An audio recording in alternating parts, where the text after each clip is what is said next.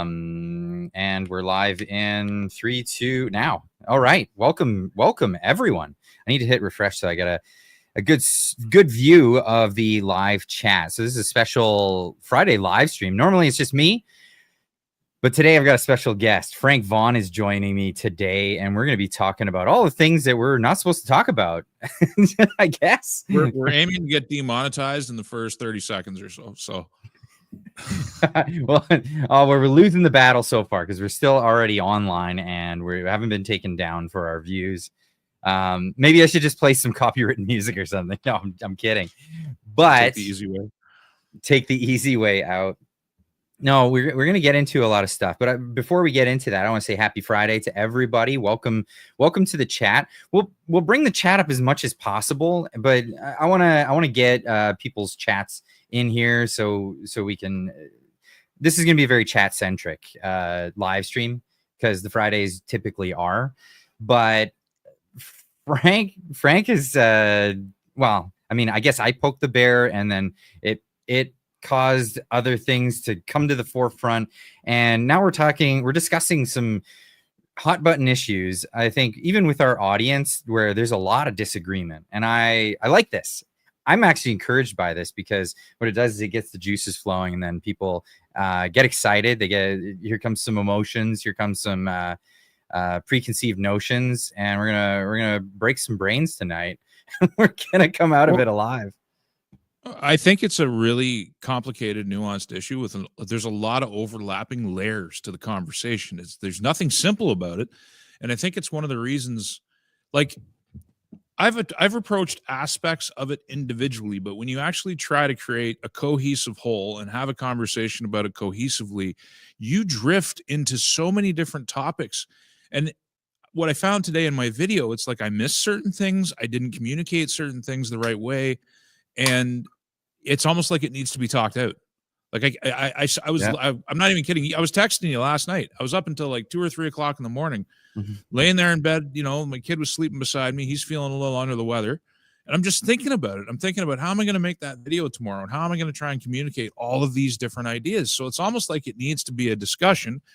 We need to butt heads on it, but we need to face a bunch of different realities at the exact same time so that perhaps we can come up with a realistic path, not just through the next year.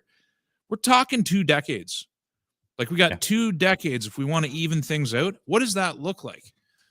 So that's, it is a can of worms. I started out yesterday with a video trying to talk about the Indian Act, and this is where I ended up. And now I'm basically sitting here thinking my next week or two is probably going to be sucked dry by this subject, but it is what it is. We're here now. Well, why? Yeah, that's exactly it. Why not hit it in a discussion, and then you're not making video after video about it? That's that gets to be tough. So I'm gonna put this one to bed. I get this comment a lot. I thought Clyde was moving to Texas. I am moving to Texas, but I can't move just yet. I'm an American citizen, but my wife is not. So we're doing things the right way. Speaking of immigration, right? So talking about people coming here and doing things the correct way, doing things the lawful way. That's what my family is doing. So this has been the holdup. Immigration works at the speed of government. So expect me to stick around for a while. The foreseen, at least for a little while. That's where we're at. So don't worry. I'll let you know when I'm down in Texas. It'll be obvious. It'll be very obvious on that. But yeah. And to that move, I mean, everybody has to make some decisions here. The world's going to change. The nations that we live in are changing. We are 20 years into this demographic crisis, as I talked about today. We're all going to have to figure out where it is we're going to plant our flag and try and survive. And I talked at the end of the video, if people got there, about my belief that Saskatchewan and Alberta are a decent bet. Clyde's making the bet for his family's future that Texas might be the answer. Maybe he has to move again, but we all have to make these decisions for the benefit of the future. He's got kids. I got kids. We're thinking about them because we're only here for so long and they're going to be left behind. So we have to try and do the right thing for them. Yeah, absolutely. Agree with you 100% on that one. Just a side note, this is going to be, it's going to be a chat-centric live stream. So You can say all the stuff you want. Just be cordial in the chat if you can. I have moderators that will kick your ass out of the chat if you can't be cordial. So it really is one of those. Please challenge us, challenge our things, but just throwing in name calling, and especially against other people that are in the chat, like other patrons of the viewers of the live stream here. Yeah, just mind your P's and Q's is one of those things. So yeah, please be courteous. Keep it respectful, as G-Meister says in the chat just now, because this is going to get heated and there's going to be a lot of people. I know for one, anytime I bring up anything to do with boomers, I have a huge demographic of my audience is boomers, and I'm cautious of that. Like, I know this, and I'm not willy nilly just throwing out this blame at boomers, that kind of thing. But a lot of this is happenstance. It's happenstance of the generation that people were born in, and when we throw out blanket statements, it's not every single, we don't have to caveat it every time with not all boomers, not all white people, not all Indians, not all that. You were throwing out generalizations. So please keep that in mind as well, and hopefully people adhere to that we're not talking about, probably not even you, in people in the chat in general, just like generally one of those things. So yeah, liberal boomers, there you go. So it's the liberal boomers that we're talking about, but sometimes the liberal boomers are conservative boomers. It just depends on what propaganda they've gotten and how recently it's been shilled out to them. So the malleability is way up there with some people. You look like you were going to say something, Frank.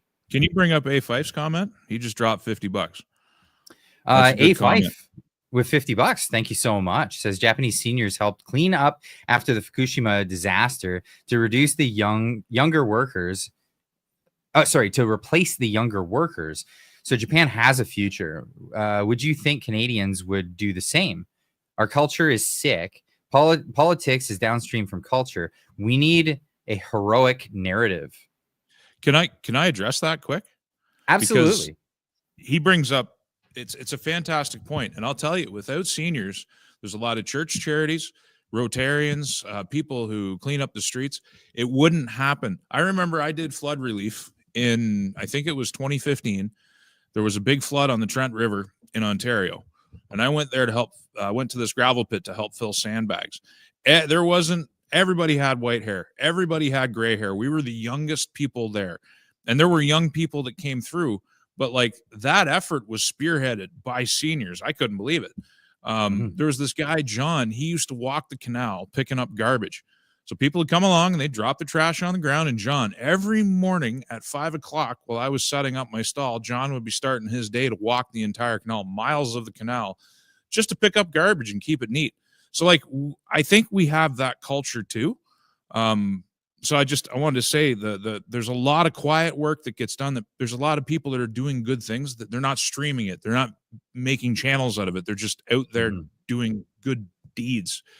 And it's fantastic. And I see that around me now in Saskatchewan. There's a lot of that. So I think, credit where credit's due.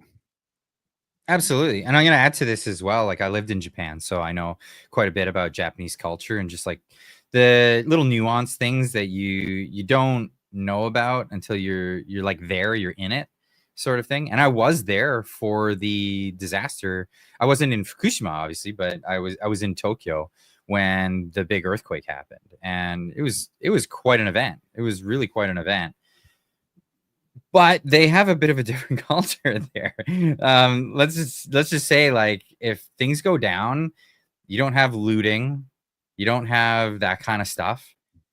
You're starting to see a lot more of that here in Canada, where, I think probably in a previous bygone era, you wouldn't see looting and things like that. But same goes for America. Same goes for England, a lot of Western countries as a whole. There's definitely a sickness to our culture, and you're right about that, A Fife. I think there can be a way to get back to that, but I don't even know. I don't even know what is the way back to that. We're not a high trust society anymore. in my Well, estimate. there used to be like before the age of social media and before the age of the internet, which we have to think, in my mind, it all starts in 1993, but it's earlier than that. But in my mind, it starts going mainstream in 1993, which we're looking at 32 years ago. Since that time, for instance, if you chart Congress in the United States, you can see that the instances of bipartisanship have gone down and down and down, and everything has become polarized to the point where it's almost an acute disease now. People used to do community things. They used to go to church. Even if they weren't hardcore Christians, they went to church. They found a community church that served their purposes. They went and you want to talk about a humbling experience, go to church and sing hymns with fellow grown men praising Jesus. It's a humbling experience, and you'll get to see a side of people that you've never seen before, even if you're not sure. Because a lot of people maybe weren't before. They used to do lawn bowling. They used to go to bars and have a beer and socialize. There used to be all of these things that brought people together, because people are it's a lot easier to hate people when you're not sitting face to face with them. It's not to say that arguments don't happen, but it's much more easier to collaborate. So we used to do all of these social things, and I actually see it in Saskatchewan. A lot of those social things still exist. Barn parties, dances, community parades, car shows, like all of this stuff is still pretty thriving here. But as we become fragmented and we become isolated behind our computers, we also lose the civility and the anonymity. And I think the lack of a greater purpose it goes a long way to explain why we're losing that social cohesion and that decency. So what's your thoughts on anonymity? Because, we've heard it sucks. I mean, it sucks. I mean, like, I don't know if I can go as far as to say that everybody should have mandatory ID to just participate in social media, but it's the anons, whether they're real people or not. I don't think it matters. The anonymity creates, if they're not real people, anonymity creates the opportunity for bots and AI to spew the absolute most toxic pit behavior and word salad, like just terrible stuff, that if you're a new person coming into the political space and you just want to participate and you start reading this stuff, it's going to hurt you, especially if you're coming from a background where you deal with people face to face. Like, It's toxic, and then it rubs off on the kids. It rubs off on the anons, and there's zero accountability.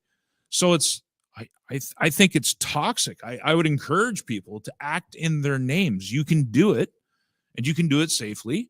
And I've been acting in my name politically for 7-8 years on and off. I'm still here. I'm still here.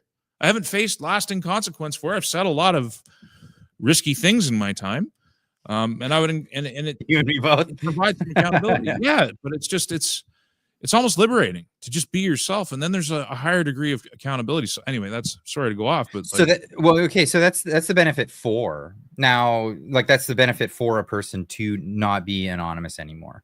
But okay, so here, this is an argument that was brought up by Jordan Peterson. He kind of spearheaded this whole discussion on anonymity, and whether we should allow for it on the digital town square. You can have it on certain platforms, you can have it all over the place, but when you get into the digital town square, there are a lot of people that are like, I don't want to engage with people that are anonymous. I don't want even them to show up in my feed. I want it gone. I want it out of there.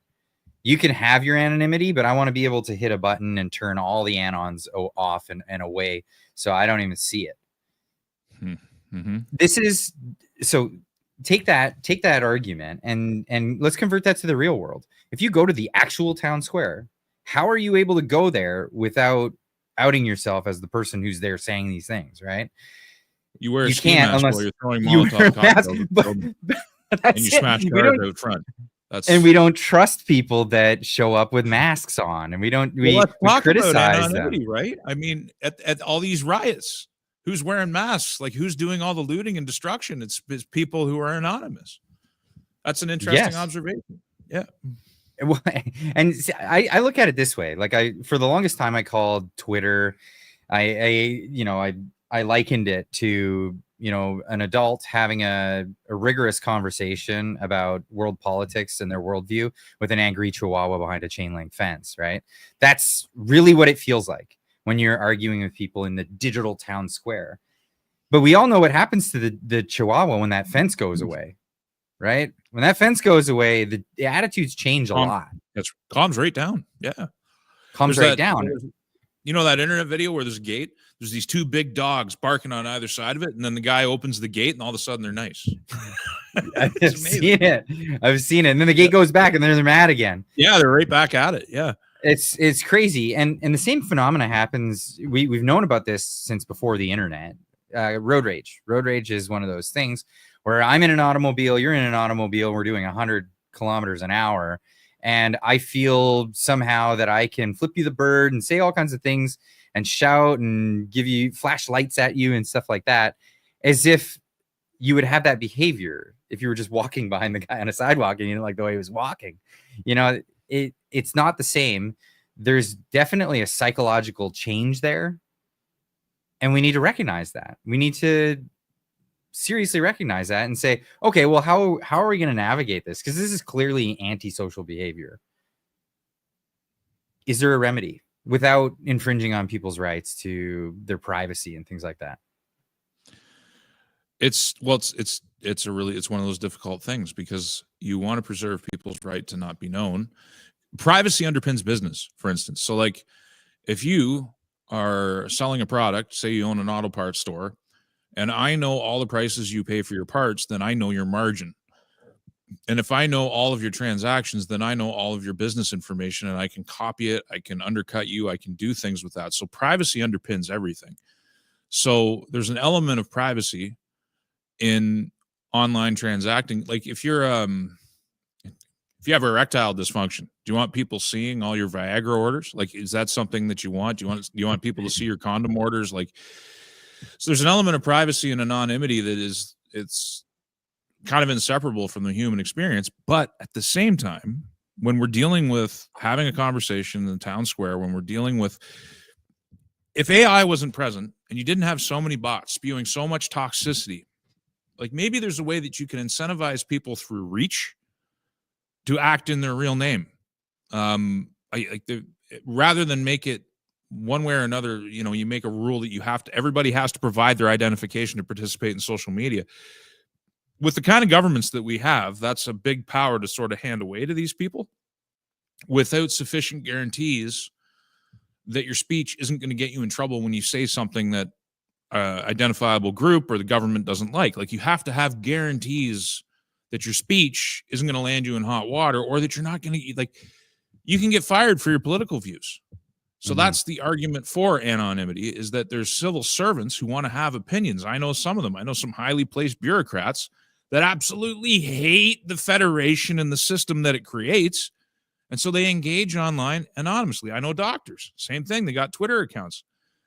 The interesting thing is they're much nicer in person than they are on Twitter. So there's actually something there. Like the anonymity allows you to, I've been there myself, actually. I've been in Telegram groups where I'm anonymous, and there's a different side of me that comes out. I see it come out of me, which is why I rather act in my name. So like it's, I would just definitely encourage people to act in their name. You'll be a better version of yourself if you put your name to your work. And you can nullify maybe the bots and the anons. They suck. I mean, what do anons bring to the conversation most of the time? There's some good ones out there. Discord. Yeah. But like, speaking of which, Twitter, if you guys want, afterwards we're going to be hanging out in the Discord server. I know Discord is a really bad name for a social media app, because that's not good speech, or that's not good relations with people. But yeah, the moderators will put in the chat here where you can get into the Discord server and join us. Discord is another social media app. I don't make money from this. It's not about money. It's you don't pay anything to go there. It's actually a dead end socially, like for social media, but it's good. It's a good community of people. And if you want to be part of the conversation, we actively engage, usually on Friday nights. And the link is only available during these live streams. So get yourself in there. G Meister's put it in the chat. So get on that. Absolutely. I need to catch up with some of these things here. Moonglow for $2 says, follow you both. Excellent podcast. Thank you. I really appreciate that. Yeah, thank you. Thank And you for your I time. want to keep addressing the chat. Sorry if I fall behind. Some people are giving other people tips here. Just try refreshing the page if it's buffering. Yeah, hopefully. And I'm trying to keep like there. You know, there's going to be some spicy stuff in the chat there as well. And then stuff that's unrelated. So I'll try to keep up as much as I possibly can. Let's get into this. So yeah, we talked about the Anon stuff. Where do we start though? Because I guess, do we start where like I got a lot of attacks online recently? Is that where it really started? I think it's such a cluster mug that you can pretty much start at any point and the conversation just goes with a life of its own. So wherever you'd like to, this is your barbecue, man. Okay, so my barbecue, I've already got the coals ready. Let's throw something on the grill. What was it last week, just before the weekend? I made an announcement that I was going to be going to a conference in Toronto, which is put on by the Canadian Indian Foundation, and then it was also later sponsored by TAFSIC, which is another Jewish organization. And it was to do with national security and concerns that these different ethnic communities in Canada have with some of the stuff that's spilling out onto the streets, you know, from different diasporas in Canada. And they wanted to be as inclusive as possible. So they invited a bunch of people from independent social media and independent media. So people that report on the news, myself, Wyatt Claypool, Daniel Boardman, Jasmine Lane, Josh from Elevate Podcast was there. We were all invited, as well as Rebel News, to document the event. And then they had their own crew documenting it. So there's all those speeches and things will be coming out within the I think within the month. At some point, somebody's just going to edit it all down and post it. Now, when I made the announcement that I was going to go to this event, I thought people would be excited right away. Oh, wow, cool. Another speaking event. Maybe I can go out and see you guys. But there was this huge backlash, which it took me by surprise and completely irrational. And it was a lot of people upset that I was going to an event and all these people were going to an event put on by Indians and Jews. Some people were really upset about the fact that it was a Jewish thing. And so it was all these anons that got into my replies and flooded my replies with Clyde's a race traitor. You were mentioning a bunch of them before we got on the live stream. I was trying to do a hybrid insult.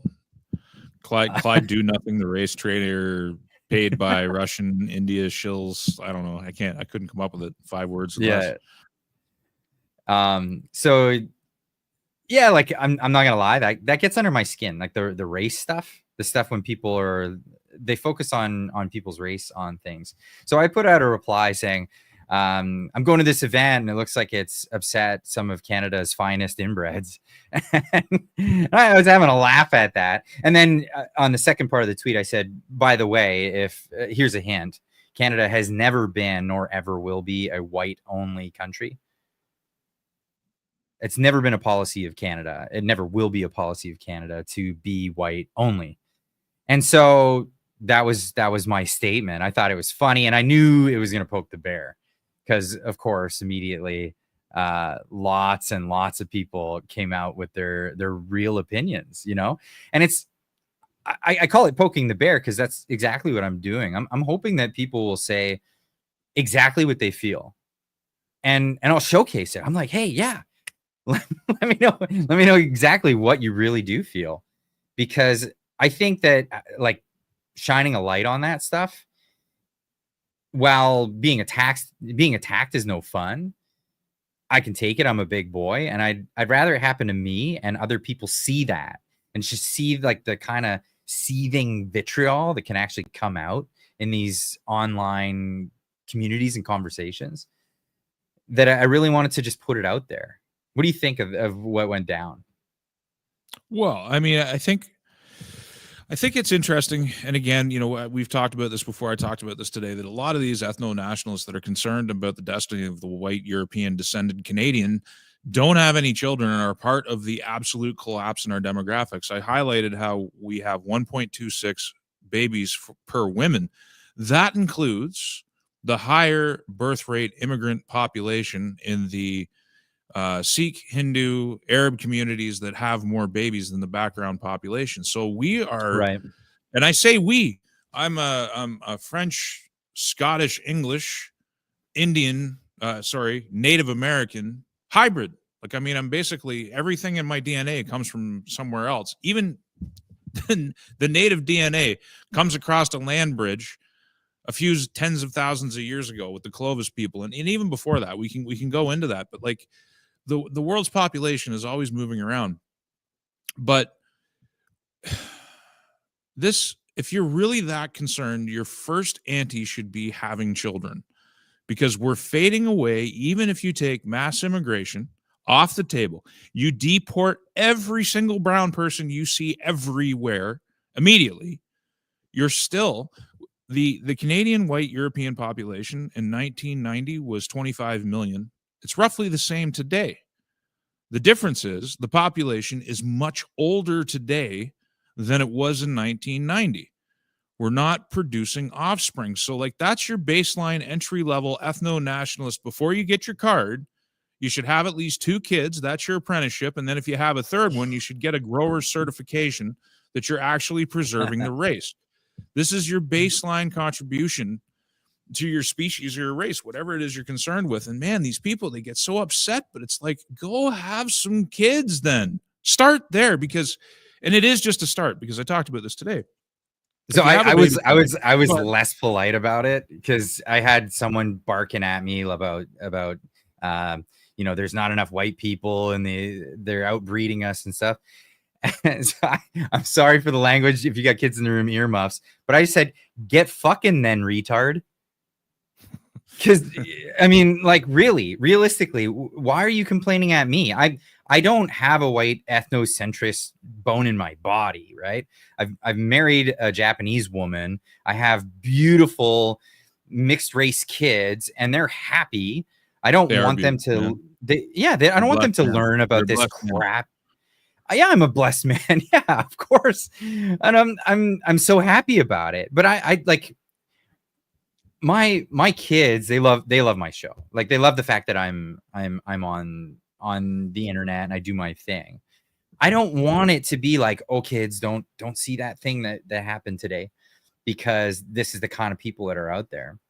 At the same time, as I'm not trying to mask them from the world. Like, are you kidding me? Like, this is are these the real opinions of real people out there? When you hear some of the stuff that comes out of people's mouths, man. I think it is, but I think they're angry at, I think people are angry at the fact, and we talked about this a little bit before. Let's take the flip side, the other argument, which is ethno-Europeans are not allowed to have their own identities. We're the only identity group that isn't allowed to have a cultural identity. So first off, you're not English, it's absolutely you're not Scottish, bullshit. You're not Czech, you're not German, you're not Finn, you're not Dutch, you're not French, you're white. That sucks, because there's a lot, like, there's a saying, my wife, she's Dutch, and she often says to me, if you're not Dutch, you're not much. There's a lot of national pride there. And it's a bit of a joke, but I mean, it's a good one. I like it. It's like a supremacist joke. Like, it's a laugh off. But like, if you were to actually seriously promote that idea, you would be labeled as a supremacist, a North German supremacist, because you can do the whole ethnic whatever. We're the only ethnic group that, and I say we, even though I've got Native American blood, we're the only ethnic group that isn't allowed to have an identity. And then there's the fact that we're the only actively discriminated against group officially by the state. We're discriminated against on the basis of our background and our race, for job placements, for positions in government work, for contracts, for all of these different things. So, I mean, there's a justified grievance there. But on the flip side, if you just go around, I live in rural Saskatchewan. If I go to the 3 small towns near me and I start counting East Indians, I'm going to come up with 3, maybe even as high as 4 figures in those 3 small towns. And they're filling out all of these jobs because we are 40 years into a demographic crisis. I'm not justifying the TFW program. I think it's garbage. I think it should be scrapped. Yeah. And I think they should probably go home.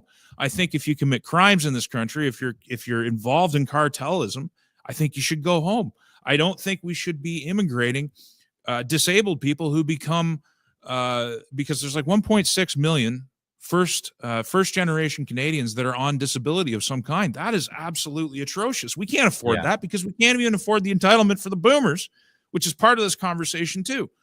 So like we're all on the same page that there's too much immigration, way too much. We're not doing it right. The immigration system's a mess. So like we need to start there as a baseline, but then start having a realistic conversation about if we stop immigration, which is a lot of what people want. They want to stop it today and do mass deportations. What happens to society? How do you reorganize society? You realize we'd literally have to mass move people into city centers and like do all this social engineering stuff because we literally couldn't keep the roads paved. We couldn't keep the lights on, like because we haven't had babies, and that's the reality of it. We're in the middle. We're 40 years in, guys. Like this isn't like the demographic crisis is coming. We're there already, and like. Sorry to go long on this, but like a solution is 10 to 20 years out. My own idea that I'm coming around to is we need to stabilize population right about where it is. And we need to have an immigration system that keeps population stable, not grow, not less. But there's a problem that's inherent in that you and I have discussed, which is the entitlements require population and economic growth because there isn't enough money to pay out all the entitlements. So does a politician want to deliver the message that you're going to have a decline in living standards when you can't afford to live already? Like it's such a Gordian knot. They'll never do that. They'll never do that. Now we're jumping all over the place. We're jumping the gun. Sorry. I do want to hit every one of those things that you just brought up. So let's slowly trickle those out. Just before we do, G Meister telling everybody to hit that like button. Thank you so much, G. Jeff Menard, I think it's pronounced, for 10 says people, including me, are mad at mass immigration where all institutions are overwhelmed and government intentionally doing stuff to promote different rights for different groups. You hit on this on your video today, the different rights for different groups. A lot of people that's atrocious. That part's atrocious to me. I'm very much a proponent of liberty, but also, equal footing under the law. And when you make special exemptions for certain groups, like here's a simple one. It's when I was younger, I played pipes in the Scottish club pipe band, and we have a tradition Scottish people do that you have a dagger in your sock. Now, daggers are illegal in Canada because you can't have a double-sided blade. But you can't have a knife either in many, many settings because you're not allowed to carry a knife. And that's a big issue. So we would end up putting like those silly pocket combs or whatever that look like a switchblade in our I remember those. In our sock, right? They're so cool. Yeah, and that was a thing, but it still had the traditional look, but it wasn't the traditional thing. And that was a law. So that's just a law in Canada. But then again, Hindus are allowed to have their kirpan because it's a tradition. But wait a second, it's a Scottish tradition. This becomes a separate thing where people are given exceptions to rules. Change the rule or don't have it, and don't have exceptions, or don't change the rule and make sure there's no exceptions. You know what I mean? Like I disagree with allowing certain things based on basically politicians caving to certain groups. I don't agree with it at all. I think we all should live under the exact same rules. Did you read what happened to Nadine Ness's kid last week? No. At a park, someone with a kirpan. The kids were just playing, chasing a bunny rabbit around, and they got wrestled to the ground and had one of those kirpans put to their throat, with a kid threatening to slit their throats. So I mean, it's like, why? Like it shouldn't be. And it's the head covering thing. I mean, in Ontario, there's an exemption for Sikhs to not wear motorcycle helmets so that they can wear their religious garb. And you know what? In a way, I'm fine with that. But the issue is that when you wipe that bike out and you smash your head on the pavement and you require long-term health care as a result that you didn't wear a helmet, the taxpayer is on the hook for that, whereas everybody else has to obey this rule to have, a prophylactic against injury. Yeah. That's a terrible word for that, but whatever. I'm going to use it anyway. I've already used it. Well, there's another example too. If I were to get in Iraq and I make a mistake on the road, or, I got in a car accident recently, and that was terrible, and it wasn't intentional, obviously. But say a motorcycle was involved in Iraq, and that person's not wearing a helmet, they're wearing their turban, and they die as a result, but they would have survived if they were wearing a helmet. That's like, now you're legally culpable. Are you legally culpable, or is it because they took an exception?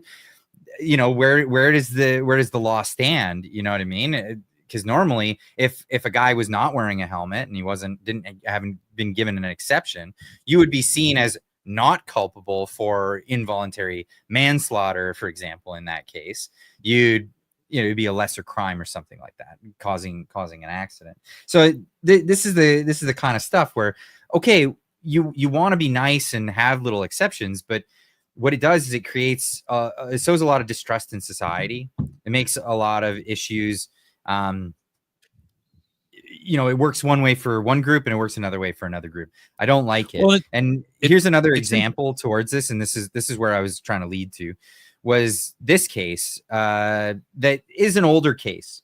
Now, mind you, I wanted to put it on Twitter because a lot of people were saying I was being insensitive to white issues. And no, I'm not insensitive to white issues, because this is racism. Now, this was a case where CBC had put an ad out for a host for a television show for children. And I can't even believe I'm seeing this. Yeah. So, this was the thing. Please submit if you match any of the following criteria. You're a male between the ages of 23 and 35 years old, and you're any race except Caucasian. Now, this is where it gets ridiculous, right? So I wrote societal death spiral. We've heard a lot about systemic racism. The answer to perceived systemic racism is not more systemic racism. And the response to this crap shouldn't be more racism. So, the buck stops with us. Enough is enough. No more tit for tat. Let's not, in response to this, call for more racism against non-whites. You know what I mean? Like, it's absurd to me. And this is where it just keeps going on. It's this eye for an eye crap. I can't stand it. And you can only do that for one race, if you want to call white a race, which I think is I think that's already problematic. But as we said, we can't do preambles every time we talk. We can't do preambles every time we talk, or we'll never get anywhere. Like, there's a thing called in-group preference. So, you have ethnic groups that only hire their own, but as a white person, you can't do that. You either have it for everybody or you don't have it for everybody. If you rewrite that ad and you say black, only white people can apply, that is national scandal. But that type of thing happens every single day. People are discriminated against because they're white, and jobs are given to less qualified people because of the pigment of their skin, even if they would do the job better. So this is where a lot of the justified grievance comes from, right? Exactly. It's a justified grievance, but where some people are going with it, and this is the predictable thing, it's kind of like the pendulum swinging the other way. It's our job to grab it and stop it from going to the other extreme. It's a predictable response that people are going to say, well, enough of this kind of people, and fill in the blanks. I mean, there's a lot of people out there on Twitter right now filling in those blanks, and I worry when I see that. I'm not just worried for this or that. Like, I'm worried for my own family in particular. My family is not Caucasian, other than myself and my siblings, my parents. But like my immediate family, I'm the only white guy. Mm-hmm. Well, it's it's disturbing at that level. And it's also just to go back to the other point and I just wanted to address this briefly when you were talking about head coverings and kirpans and special rules for different classes, which we're identifying with, and the ability to discriminate against white people alone versus everybody else. And this idea that you can't be racist against white people. Look, one of the I'm getting off my own course here, but like one of the things that people need to recognize is that there's a lot of white racism that comes off native reserves. There's some of the most racist people in the country, and I'm saying this in general, not everybody, but like that is racism. It's not impossible to be racist against whites, but I digress. Quebec. I was a victim of it myself when I was in my early 20s. All the time. I was beaten within an inch of my life at a bus stop late at night by Native kids, and they were yelling racial epithets while they were doing it. And I had a friend that moved to BC, and she had a crow tattooed on her arm. And when the natives saw that, they said, "You keep that covered. We don't want to see that tattoo in public, or you're going to get it." And so she has to walk around with long sleeve shirts on. That happens in Canada all the time. I don't even understand the reference to the crow. Or it was a raven or a crow, but it's to them it was just offensive because it was one of their spiritual emblems. So they took issue with this tattoo that she had. They didn't want her showing it in public. And maybe it was just picking on her because she had blonde hair and blue eyes. I don't know. But that's racism too. But just to finish up on this point, Quebec they have language laws which discriminate and put their culture first. They have a ban against head coverings other than officially approved for official government positions. So if you're not allowed to wear certain head coverings, and they get away with it and nobody says anything.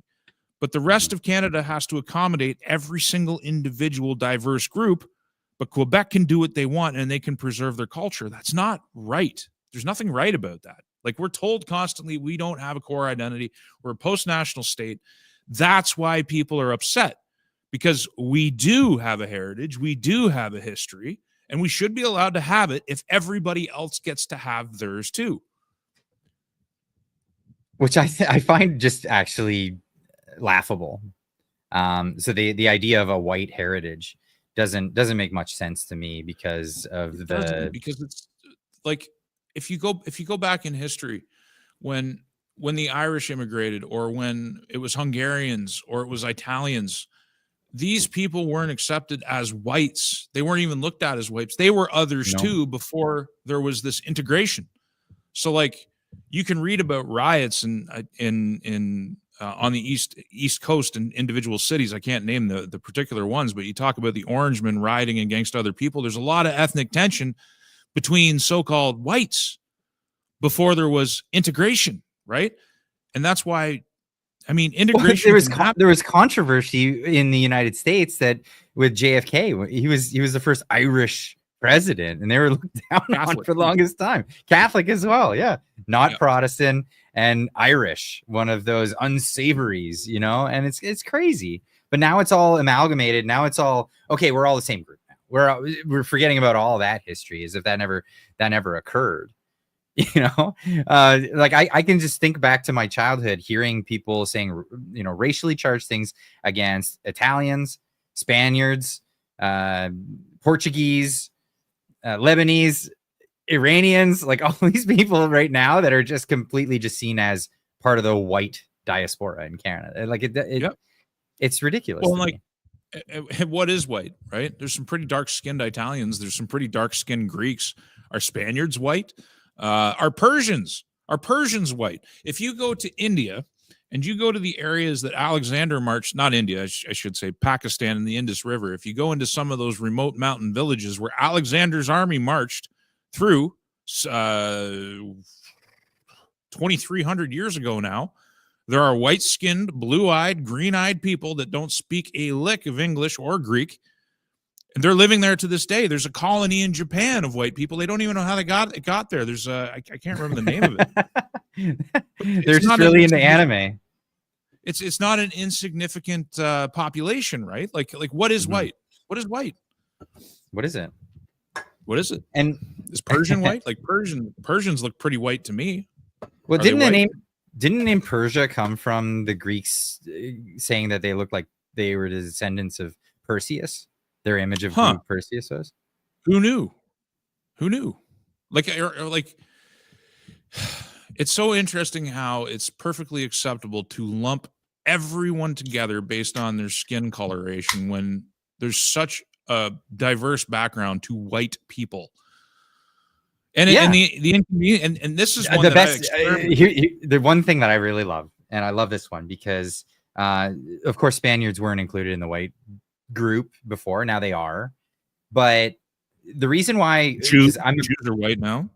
I'm a big fan of flamenco music. I love flamenco music, but it would never have existed if the Muslim Caliphate didn't move in through Africa into Spain and take over and then mix with the population. And then that became the olive skinned people with the music that is kind of Arabic, but kind of Eurocentric and a little bit gypsy Jew and all of this mixed all together. Yeah, it happened because of the anthropology, like what occurred with the movement of people. And it's something that we can celebrate today. It really is amazing. Yeah, and I think at baseline, one of the more racist things that I see happening, or one of the most stereotyping things happening, is just this amalgamation, this lumping together of everybody that you don't like is white. I did this experiment and I did this years ago, because I don't bring it up very often. I don't bring up my native component very often, because it just seems like a low blow, because it works. If I'm in a debate with a leftist and they start throwing out the old white guy or white male, what do you know about anything white male? And I'm just like, hey, I'm a quarter native. Do they ever shut up so fast? They disappear as quick because they don't know what to do with it. It's like, like I can show you that I can go and get my Métis card. I don't do it because I don't want to participate in that. I just don't want to participate. I'm just a Canadian. That's all I am. That's all I want to be. I pay taxes like everybody else, and that's just where I'm at. But why do I have a get out of jail free card when I slap that piece of my DNA on the table? It doesn't make any sense to me. And why am I getting lumped together when it's like my grandfather used to put the feathers on and do a dance and have a good time? Never met the man, but I've heard all kinds of stories about him. So it's like, why do I get a get out of jail free card for that? It was really funny because during the Freedom Convoy, they tried to label it as a white supremacist group right away. That's what they tried to do with it. And then it turns out, it turns out that the three people that were the main people to speak the first time was a white guy from the prairies, a Métis lady from the prairies, and a Jewish guy. And so immediately they came out after Tamara. The media did. Believe me. The media came out and said, prove it. And I remember at the time commenting that, it's always funny. They like to pull out the race card figuratively, but now they're actually asking for a literal race card. Well, and look at the madness that happened when the BLM founder, I can't remember his name, but he ended up being white. He faked being black. And so there were people at the time, this was during the rise of Trump the first time. The hell was his name? I want to say Sean something, but it doesn't matter. People questioned his ethnicity, and they were called racist for it. How dare you? There was a whole outrage cycle. CNN, NBC, everybody was losing their mind. Turns out he was white and faking it the entire time. So it's outrageous there, but when it's a convenient quote unquote right-wing target, because I don't even know if you can call a lot of these people who are labeled right. I don't know if you can successfully label them. Are you talking about Sean King? I think Yard Prep got Sean the name King, right. That's it. Yeah, Sean King. You know what his nickname was? Nickname was? Talcum X. I remember that. Yeah, I do remember that. Talcum X. Yeah, man. But I mean, and he's not the only one that did it. I mean, Elizabeth Warren, Pocahontas, and we're not supposed to call her Pocahontas because it's insensitive. Why can't I call her a sarcastic name highlighting the fact that she defrauded the American taxpayer by faking her ethnic background so that she could jump the queue? She sucks. She's the worst. These are the worst people. And we're not supposed to talk about them or give them colloquial nicknames. It's incredible how two-faced it is. But then they can run a media cycle against Tamara Lich. That's cool. Multiple cycles. Weeks worth of cycles. We're still doing cycles. We're talking about people that want diversity, but they don't want diversity in certain other things, right? They don't want diversity of thought. They want everybody to be on the same page. They want a range. Yeah. They want everyone on the same page. Somebody bringing up Rachel Dolezal. I don't know if you've heard of that character. Yep, She was another one. Another fake. Yeah. She was a president of a local branch of the NAACP, and she grew up very, very white and very blonde. And then she just wanted to be part of another community. And here's the thing, like, I understand that. I understand that aspect of just wanting to fit in, be part of a community of people that you like, you appreciate. They turn this whole thing into what do they call it? Cultural appropriation. If you just like something that's not from your initial culture or racial group, that's cultural appropriation. I think like it's appreciation is what it is. Appropriation is just some commie term, you know, like nouveau Marxist term to pit people against each other, really. What the hell does assimilation look like? So, like, I know this guy back east. He's a cop. It looks like it looks like appropriating other people's cultures. That's what it looks like. This guy, I can't. I know him well. He's. I think he's getting married to a really good friend of mine. But like, he became a police officer. He is, for lack of a better word, he's a brown guy. I think he comes from a Hindu family. This guy, when you go out and you have beers with him, he's wearing blue jeans. He's wearing plaid shirts. He speaks impeccable English. He sounds like a Canadian. He talks like a Canadian. He acts like a Canadian. He lives like a Canadian. Everything about him is about as white as it gets, except his skin. If you want to go that route, I'm being general here. Like, he's about as Canadian as it gets. And it's like, where does he fit on the spectrum? Because when I hang out with the guy, I don't see a brown dude. I just see another guy. And he's relatable. It's not like he's dragging his wife out in the street and giving her beatings, because I don't relate to that. That I see as the other. That I see as different. That I see as reprehensible behavior that we should discriminate against. Like, I don't have a problem discriminating against things that we as a society have deemed inappropriate. But, you know, it's just not so cut and dry as like seeing people by their skin pigment and judging them by that. It doesn't make any sense to me. So when I was young as a tire guy, before I even got an apprenticeship or anything like that, there was a guy that came to the shop all the time, and he had a hot rod that we were helping him build. So after hours, like hanging out, building this old hot rod. He was a police officer. He was really into NASCAR, had like even the commemorative plates and all that stuff, but he was a black dude. And it was just a jokey name. We called him White Mike. Yep. But like nobody took offense to it. It was funny. It was funny at the time. And he'd get right into it, right? He loved it. He thought it was hilarious. Well, like, what is assimilation? I had a buddy back in high school. We loved the guy. His name was Simon. I don't know if he'll ever watch this, but hi, Simon, if you watch this. His nickname in high school, he was a Spanish dude. We called him Spick. And it was cool. He loved it. That was what he was. Like, he didn't take it as a slur. It was just, it was so much more lighthearted in the 1990s. I had this, we had a gay guy that used to hang out with us in the crew, and he was, he would make straight slurs to everybody else, and it was hilarious because he would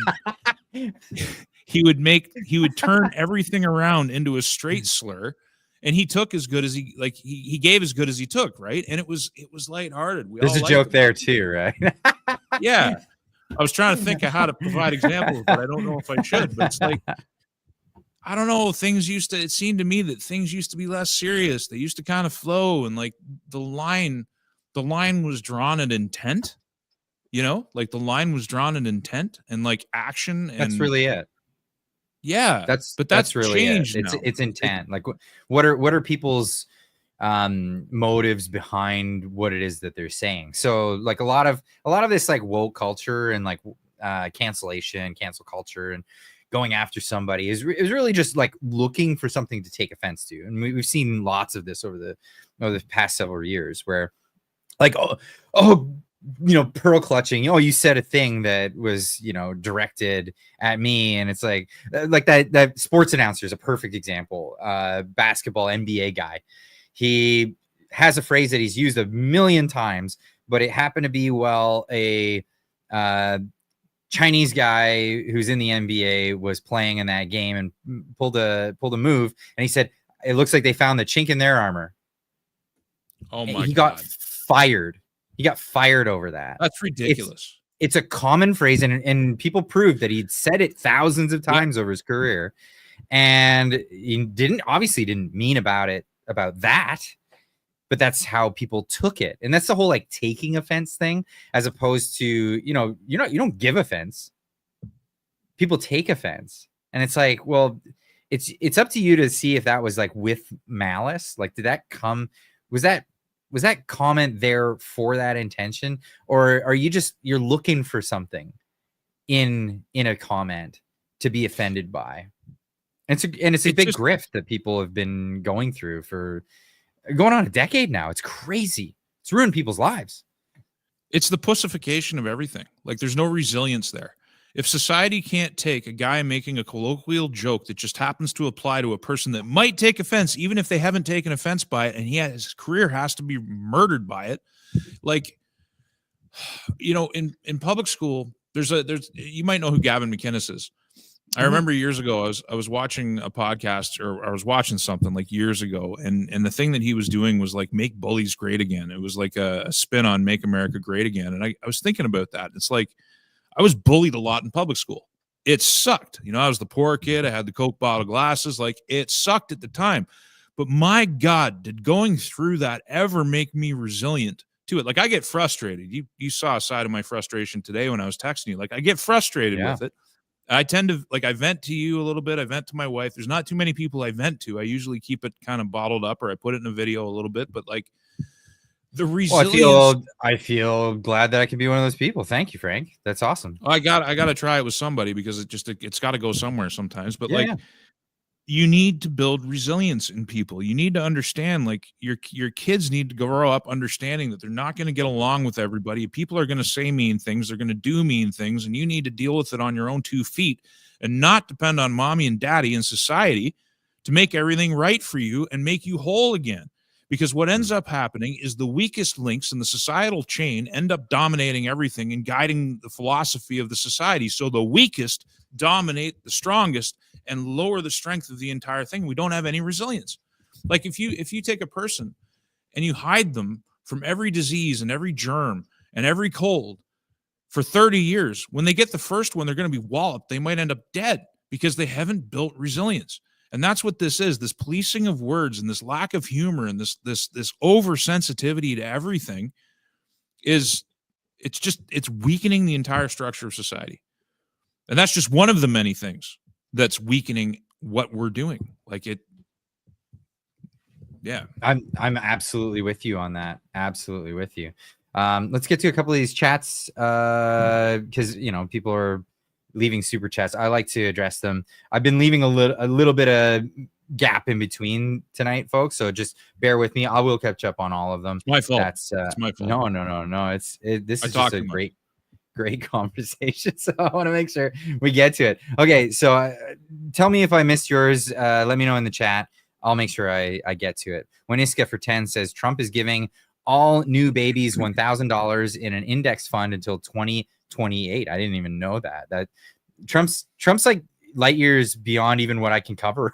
he's doing stuff, and by the time the media circus gets to it, it's like, he did what, when, how many months ago, what? And they don't even want to tell you about it. They don't give him good press. Like, any good thing that he does, you'll never hear about. You got to go find it. Yeah, you have to go find it. It's really good. I'm really impressed. For like in my lifetime, to see a president do so much is crazy. This comment here, Fife, this is right. The birth, like, it's there's very few places in the world that have growing demography still. They're all shrinking. Eventually, India's population peaks too. The only one that'll be left is sub-Saharan Africa. Like, so it's Europe, it's North America, it's all over the Arab world, wherever prosperity is. People stop having kids. And you can study ancient Rome. Same thing happened as prosperity increased. As the grain dole got given out more and more, there were fewer and fewer Roman citizens that knew what Rome was all about. So eventually, it's not a race thing. It's never been a race thing. I want to read the chat, so because there are some people with audio only. Yeah. Just for the people with audio only, the chat was A5 for 5. He says, Frank should look up Dr. Stephen Shaw's birth gap documentary. The whole developed world is aging, even places like Iran. Appreciate you guys. So yeah, just for the audio only. So continue with that. Continue with what you were saying there. It's just a common problem that repeats throughout history with any society that becomes the dominant society, is that birth rates decline. The problem is it's global in scope now. So what I talked about today, which people, a lot of, you see, there's that swearing that I don't want to do. A lot of people really you got it. Good job. A lot of people really misunderstood what I was driving at. They think that I want the Canadian government to spend all kinds of money going after the diminishing supply of young men that the world has. Everybody's competing for them because we have to prop up this.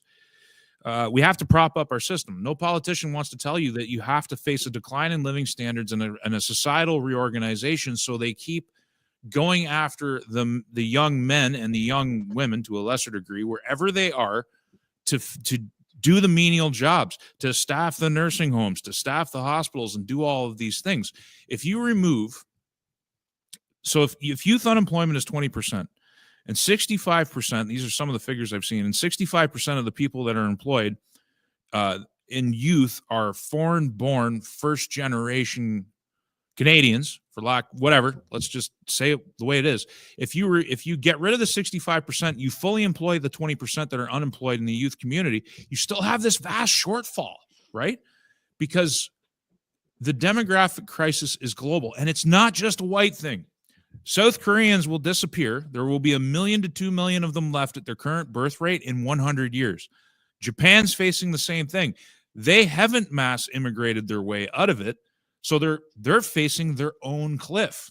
And eventually, it's coming. Like, the bill's coming due all over the world. The Chinese, they did the one-child policy. It's a nightmare. They have a top-heavy demography. That was the biggest mistake they've ever made. That was just insane, because they had good birth rates going on at the time, but people bought into this Malthusian take. Yeah, right. Well, so we talked about this, and I was been thinking about this all day, Clyde. I'm sorry, I'm just going off here. I've been drinking too much Zevia, I guess. I'm all caffeined up, but the wobbly pops in, it slows you down. We're on different wavelengths. I'm doing the amphetamines and you're on the barbiturates. Yeah.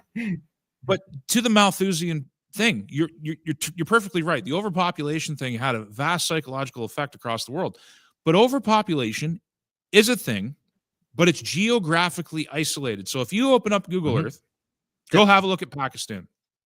Go have a look at what I call the Yellow River Valley, but it's actually the Yellow Plain where most of the Chinese citizens live. Go look at India. Go look at Egypt and the Nile Valley. There are people packed in there in such quantity, it's unfathomable. Overpopulation is not a North American problem. It's not a European problem. It's not a Russian problem. It's not a problem in many places in the world.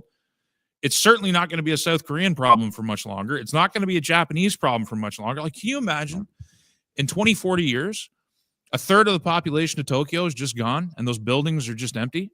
That's where we're going, folks. That's where we're going. That's where we're going. The only thing we can hope to do is stabilize population and restructure society. Like, growing it, I think, is a nightmare. If we do what the Century Initiative wants and we grow the population to 100 million by the end of the century, first off, we're never going to get there. We're never going to get to 100 million in Canada. It'll never happen. We're going to get to 50 and the whole thing's going to collapse. Like, it's terrible thinking. Like, mass immigration is not the answer. Like, sorry. Even if we, well, so I think Canada, if we were developing, we could, if it was a situation where we were a developing country, we could get to huge numbers of people in a few generations. That's if see, again, this is the developing world thing. When you're in a developing world, there's almost like I want to say like the beaver effect. There was a thing with psychology. I think it was psychologists that studied it. Beavers, and they put them in an area, and an enclosed area, and they just lived happily doing their thing. But as soon as they put the sound of water flowing through speakers, suddenly they just wanted to cut trees down and stack them in places. They didn't know what to do with themselves. They just had this like innate natural characteristic in their personalities or in their little minds that was like, I got to cut trees down. I hear running water.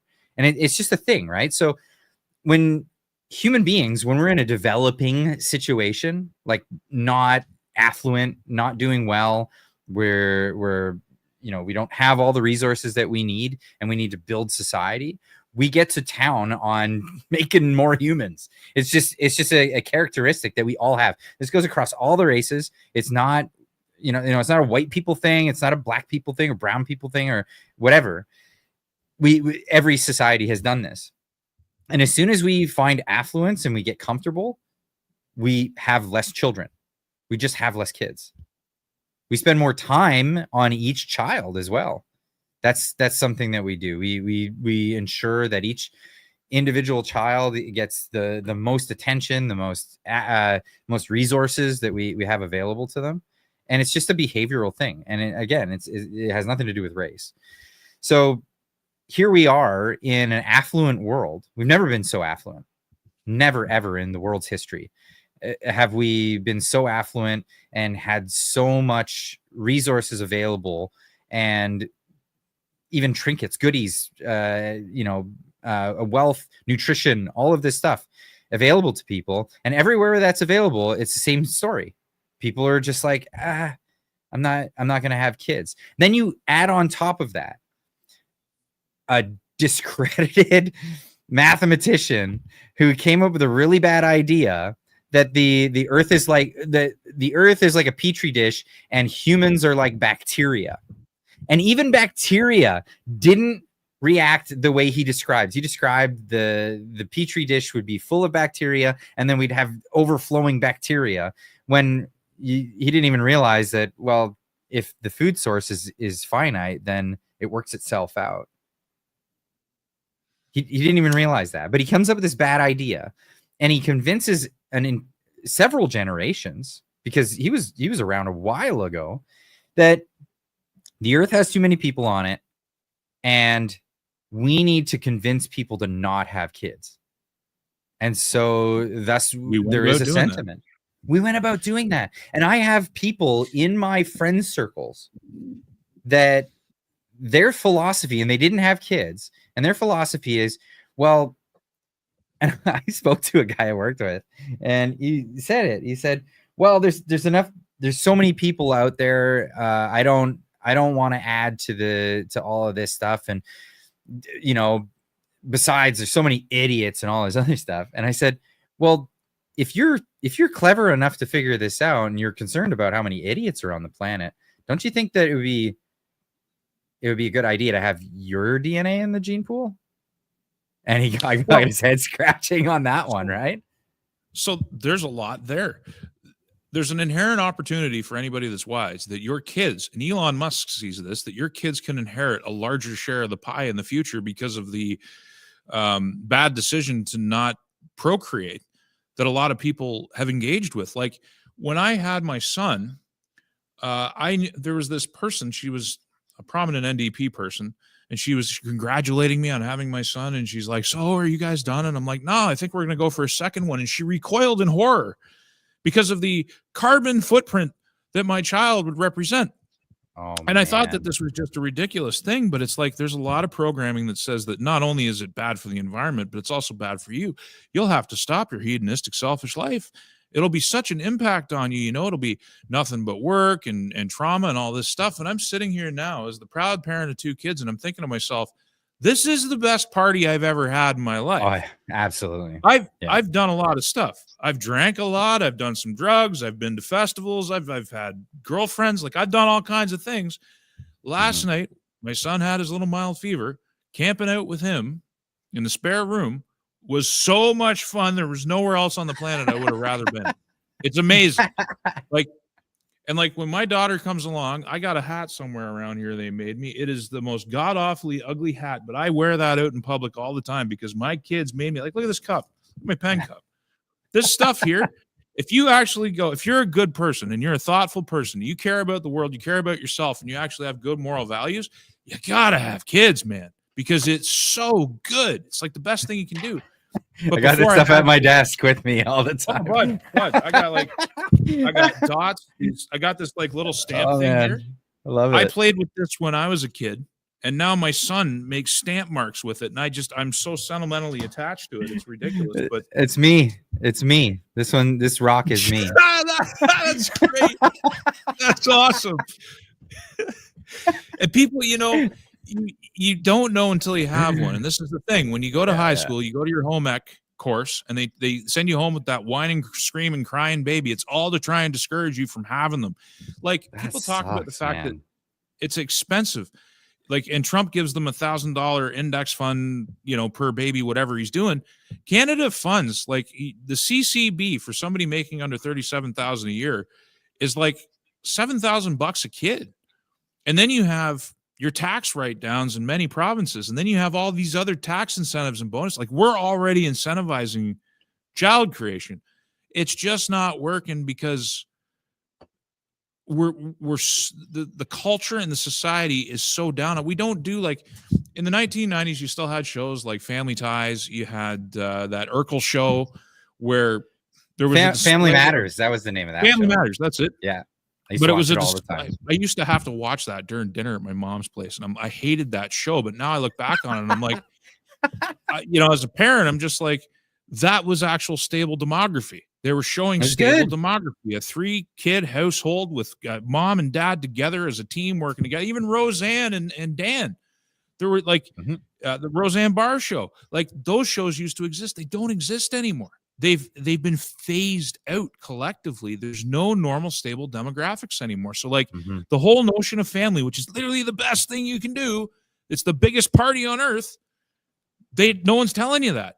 You don't know until you have one. And then when you have one, you're like, why didn't I do this sooner? Like, I can do this.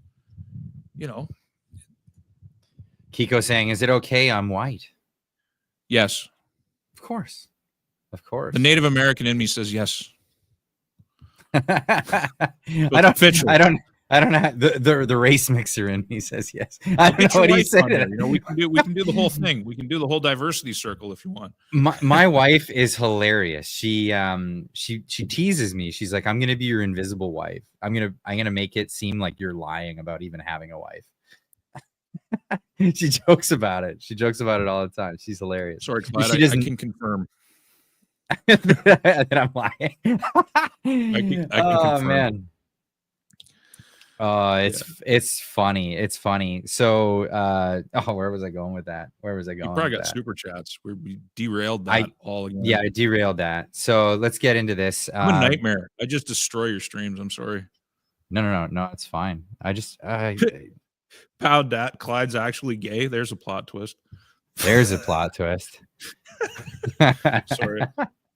Chat's coming in with jokes.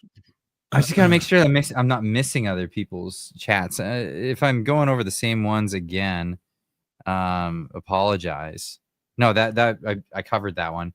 Covered Winiska as well. Yeah, covered that one. Covered that. Defaichu for 10 says racism is a Marxist tool to use to break apart our society. If we're not fighting each other, then the Marxists, can't take over and rule us. I totally agree with you. Yeah, it is a tactic. This whole idea is divide and conquer. Without it, they would be largely unsuccessful. G Meister gifting 5 memberships to the channel. If you just got a membership, go give G Meister a big old thank you, because that costs money. He put one up for you guys, all 5 of you in the chat. So big thanks to G Meister. Rick Yem for 5 says people think they score points getting offended. The act doesn't really matter. No, it doesn't. But it's a power play. This whole like I'm offended against people, sort of thing. Well, when society's given it its official endorsement, right? So if you get offended because somebody said there's a chink in your armor, society's like, yes, we got to come down heavy on that. Like you've got your guidance counselors in schools telling you that it's okay. You got to build safe spaces into your universities. And so if there's no resilience, but there's a big parental-like figure, a substitute for parents, a substitute for your own sense of self that'll come down in defense of you. Like it's getting I've always offended looked is at power, or it was. I've always looked at it this way. This is a positive way of looking at things. If racism was so bad in society, people wouldn't be offended so bad at being called a racist. Unfortunately, things have been ramping up. We're not in the 90s anymore. Toto is the old expression. Angela Cordoso, member for 17 months, says, I don't know what the solution is for the world's issues, but I love listening to different people's ideas on shows like this. Well, I really appreciate that. Thank you so much. Yeah, that's Angela. You know what we need more of that attitude, because so often what happens, as I seen today, is that you got people who basically hero worship you for months, and then you say one thing that they like. You say something, you say, you don't even say the thing they think you said, and they get so upset with you, and then all of a sudden they throwing you off a cliff, and it's like, how about we just take a step back from the edge and we don't overreact, and we just have a discussion and we try to understand each other before you just, I just really appreciate that, Angela, for sure. That's what you need. Absolutely. More dialogue on these different topics. Rick Yem for 5 saying, thank you both for what you do. Frank, don't say sorry. I watch because of your passion on the topics. You are passionate. Yeah, but like if I just keep steamrolling this poor guy and like his normal routine, he's never going to invite me back. So I gotta rein it in a little bit. He's got to get to his super chats. We'll get to them. That's fine. I'm just gonna hit a bunch of them, and then we'll get back to exactly where I wanted to go with the topic. Jeff Menard with another 5 says, Orban. Is that Orban? Is that what it is? Orban is spending 4% GDP to support families and opposing mass migration. That is the Hungarian president. Okay. 4% of GDP, putting it towards families. There's also it's a long-term investment. We're going to get into this, but that is not immediate investment. And if you have what our politicians are trying to do with mass immigration, right? In his country, I think it's 4 kids. If a woman produces 4 kids, she's exempt from income taxes for the rest of her life. What about the husband? I don't know about that. I just know there's a big exemption. I would have to look at the details, but I know there's a specific tax program. I don't know if it's for the whole family, but Hungary is really trying to reverse the demographic decline and promote the reason why I ask is because the thing that is broken up families more than anything is welfare for single mothers. Yeah, it's an awful thing. Well, that's a whole other topic, dude. The disposability of men in the home. I mean, you want to talk about science, like the decline in empathy of society is down to men not being in the home. Like children get it from the men. That's science. It doesn't come from the nurturing side. It blew my mind when I found out about that. Made me much more present as a parent. Like I still am, but it's like, wow, I do have a role. I am important. I'm not just a sperm donor. Like, you know what I mean? And there's this diminishing of the male role that's tragic. It's very tragic. And women trying to fill that role is equally tragic. Because then they get put into positions that they ought not be in. And I don't, when I say ought not, I mean, people can choose to do whatever they want with their lives, but I'm saying what would be best for you is probably a better thing. Gary McDonald for 5 says the Canadian population can't grow much without fossil fuel. No, that's absolutely correct. The energy 100%. Density of green economy won't support the people we have now. No. Let alone the tens of millions they want to bring in. Yeah. That's correct. Well, and that's it too, Clyde. When we were talking about that whole plan to grow the population, if the plan is to keep all the energy in the ground and not have development, what are these people going to do? Build solar panels and wind turbines? Like it doesn't compute. The amount of fossil fuels that it takes to make those windmills and solar panels is it's astronomical. It's just it's crazy when you're not getting back, like you diminishing returns. Like these diminishing returns, it's a spiral in the wrong direction. But let's go. Where were we going with this? mass immigration is the big topic. So mass immigration is one of these things where the reason why we have it, like before we had sensible immigration, we had immigration because we're trying to fill societal roles that come up as our economy grows and we're getting better at things, and we start to if our economy is growing, it goes towards specialization, and specialization requires new expertise, and people from otherworldly areas may have those expertise, and then that opens up the door for immigration. We have more population because of natural explosion within our own population, but sometimes it doesn't turn out particular roles, maybe not enough doctors, so we have incentive to open up the door to people who are trained as doctors, because today we need them and we probably couldn't train them fast enough. You know what I mean? It takes I think it's like 16 years to become a doctor, essentially, in Canada. So we're not going to get new doctors tomorrow.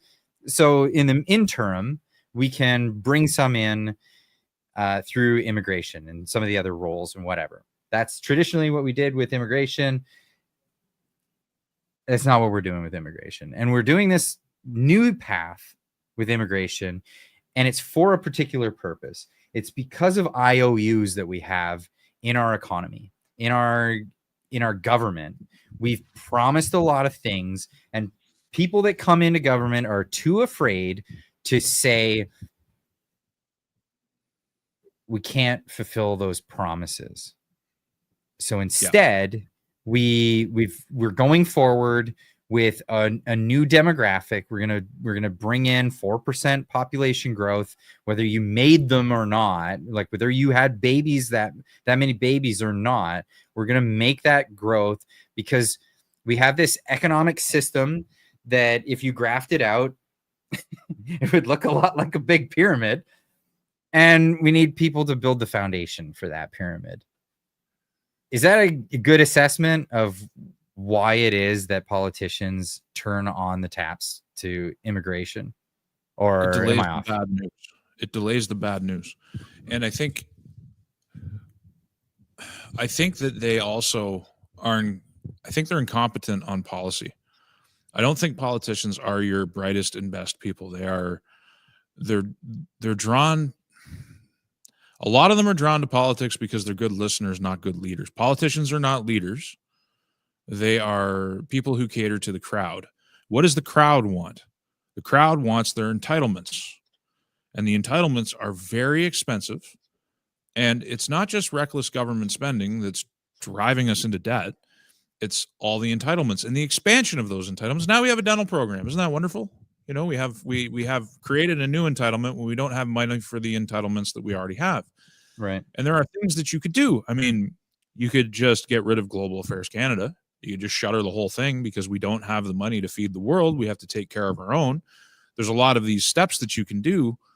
So, I mean, that's one layer, is that you mass immigrate your way out of a problem. You kick the football down the road. I don't think the day of reckoning can be delayed forever. The day of reckoning's coming. And then you also have that demographic layer. In order to keep the economy pumping and creating enough tax revenue to keep the things going for another month, another year, you have to fill the holes in the economy that the low birth rate is creating. And these guys, honestly, dude, I just don't even think they care. I don't think they care about the future of Canada. I don't think they care about sustainability. I don't think they care about the economic and social viability of their policies. I think they literally just care about the next paycheck and the next election. Yeah, I absolutely agree with you. No one's leading, you know, like it's not leadership. It's following. It's following the crowd. That's the problem, is that the next election is going to be the same thing.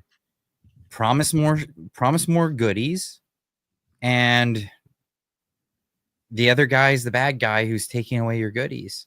Now there was an effort, a very small effort, in fact, on the Conservatives under Stephen Harper to change the age of retirement. So yeah, when Social Security first came around, or social insurance as we call it in Canada, first came around, what was the average age, average survivability of life was like what, 80 years old. Like most people live to about 80. And then as life expectancy went up, the age of retirement never did. So lots of people, some of the first people that ever retired after only giving a few payments into the social insurance system, and then lived a tremendous lifetime, almost another lifetime, without ever having the burden of needing to employ themselves. Now, fast forward to current day, it's nothing to write home about. Like what the government's going to give you. Mm-hmm. You'll almost have to take on another job. But if you take on another job, then you'll be taxed higher at that benefit income. It's become another welfare system for a lot of Canadians, and it's really tragic what's actually occurred there. But this is the thing that so many people are stuck in, and this is where a lot of the offense comes in. People are saying like, "What are you trying to turn off?" Or I paid into it forever. I deserve this. It's mine. But then the next generation is looking at it. I'm going to be honest with you right now. My generation, and I'm at the tail end of the millennial generation. You're my age, I think. You're a cusp millennial. It's my birthday tomorrow, incidentally. No way. It is. Yeah. Well, happy birthday for tomorrow. Yeah, I'll be 43 years old. So you're 1982. You're a millennial. Yeah. It's been very prominent and as a thing that people have discussed in my generation. People around my age group in Canada have all had the same sentiment that by the time I retire, there's gonna be no money left. Yep. Yeah, I feel that. Yep. It's and we've all accepted it, and it's all been that. And I'm not trying to create like conflict between generations. Every time I bring up baby boomer, the word, even if it's in a nice way, I get comments saying, "Why do you keep attacking baby boomers, Clyde?" Like, whoa, chill. I'm just stating the facts here, right? People of my generation don't expect to get anything out of this system that we are paying in currently, and are paying to a higher nominal degree than has ever been paid. We're paying up the pyramid. We're not paying for our own futures. We're paying for the futures that are being claimed. Like we're not paying for ourselves. We're paying for others. That's right. Yeah. And is that my fault that I'm paying? No, it's the same politicians that screwed the older generations. That when that money came in, they took it and went, "We're just going to put this in general coffers and spend it and spend money into the next generation." And I don't think for me to critique what's going on in this situation is me attacking boomers. Like, I'm not attacking boomers. Now I'll happily attack the Brantford boomer who clearly gives two shits about anything that's going on or the concerns of the other generation. But like, obviously people worked very hard and got swindled is what happened. Canadians got swindled, worked for 50 years of their life, and they're living on this. What they should be getting more, let's be honest, for what they've invested into it. But they got swindled, and instead of them getting what's deserving of what they've put into it, it's all gone, and they're taking money from guys like you and me, and even new people entering the workforce, young people today that clearly will get nothing out of this whole exchange, and they're paying into it. And it sucks because as the pyramid scheme, Ponzi scheme, as it's being said here, becomes more and more apparent, it's the people that are paying and never going to receive that will be raising a fuss. And it's not fair when the people who are actively receiving are unsympathetic to the people who are paying. So Mm-hmm. I'm not trying to create an issue with boomers. Absolutely not. But I want it to be clear that this is what's actually occurring. People got screwed, and currently people are still getting screwed. It sucks. Yeah, and so if you want to take boomer off the table, well, I guess you can. You have to have the conversation fully. So here we are. Mm-hmm. We're mass immigrating our way into keeping the status quo going, even though the status quo is breaking everything, because we're $1.5 trillion in debt. That's just one layer too. Like the government of Ontario is $450 billion in debt too. And you can go around Canada and you can look at all the public debt. It is astronomical how much debt per capita Canada is actually in. But so the government is squandering money on foreign projects, on doing all of this virtue signaling stuff. We're buying condoms for people in Nigeria. We're doing all this crazy stuff. We're importing people to try and keep the wheels on the bus for a while. Go forward 10 or 20 years. And that demographic that I showed today in my video keeps moving up the chain, and all of those people disappear. They go back into the ground. What damage are we when we hit 65 and we don't get our entitlements? Because I mean, come on, nobody's counting on getting any of it. I'm not getting anything. But our kids, when they come of age at 20 and 30, the world that they're going to have to navigate because we delayed the bad news today, that's a real problem for future generations. And so, like, if you care about the future, man, we got to start planning for it now. Like, we got to figure out the next 10 or 20 years real quick, or it's going to be a rough ride for everybody that's stuck here after the current political class, with all of their meanderings and all of their virtue signaling. I mean, I remember people talking in the election, because I had a fair amount of criticisms for the CPC and Polyev over the years I have. And there was a few people within the CPC circle. They said, you know, he's saying one thing now, but he's going to do something different when he gets in office. And I'm like, that sucks, man. That's so sleazy, man. That's slimy. Yeah, like, I don't want a slimy person. Your pitch to me is that he's not telling me the truth, but he's got my back once he gets there. Trust me, bro, is basically the pitch. And I'm getting it from a low tier person in the CPC. Like, that's what I got. Like, that's what you want. Like, and I voted for the Conservative Party. Like, don't get me wrong. The criminal justice, there was a bunch of things I wanted, but it's so, like, there's two things there. There's like, either trust the fact that he's slimy and he'll do what he said he's gonna do, or it's like a QAnon thing, like trust the plan. And I don't subscribe to either of those things. I hate that trust the plan nonsense. Like, oh, enjoy the show, sit back, it's all taken care of. It's like, so what you're doing is you're saying you don't have any agency. You don't need to have any agency. Just relax and we'll take care of you. That's a bad plan. That's always a bad plan. I mean, oh man, no. You got to do the work, you know? You have to do the work. And that what that does is it encourages people not to do any work when work needs to be done. And also not doing oversight. So, like, if you're a true friend, right? Like, if I'm screwing up and I'm doing something really unwise, a true friend is going to give you a call and be like, dude, you know, I love you, man, and I respect you, but my God, you've really gone offside lately. Like, what are you doing Lego videos for? Like, your field of endeavor was politics. Like, your audience didn't see this coming. Like, what are you doing hair videos? Like, whatever it is. But it's a friend will tell you when you're screwing up, which is why you probably, if you're a good friend, you don't have very many, because a lot of people can't handle hearing the truth. When it comes to politics, man, that hits so close to home.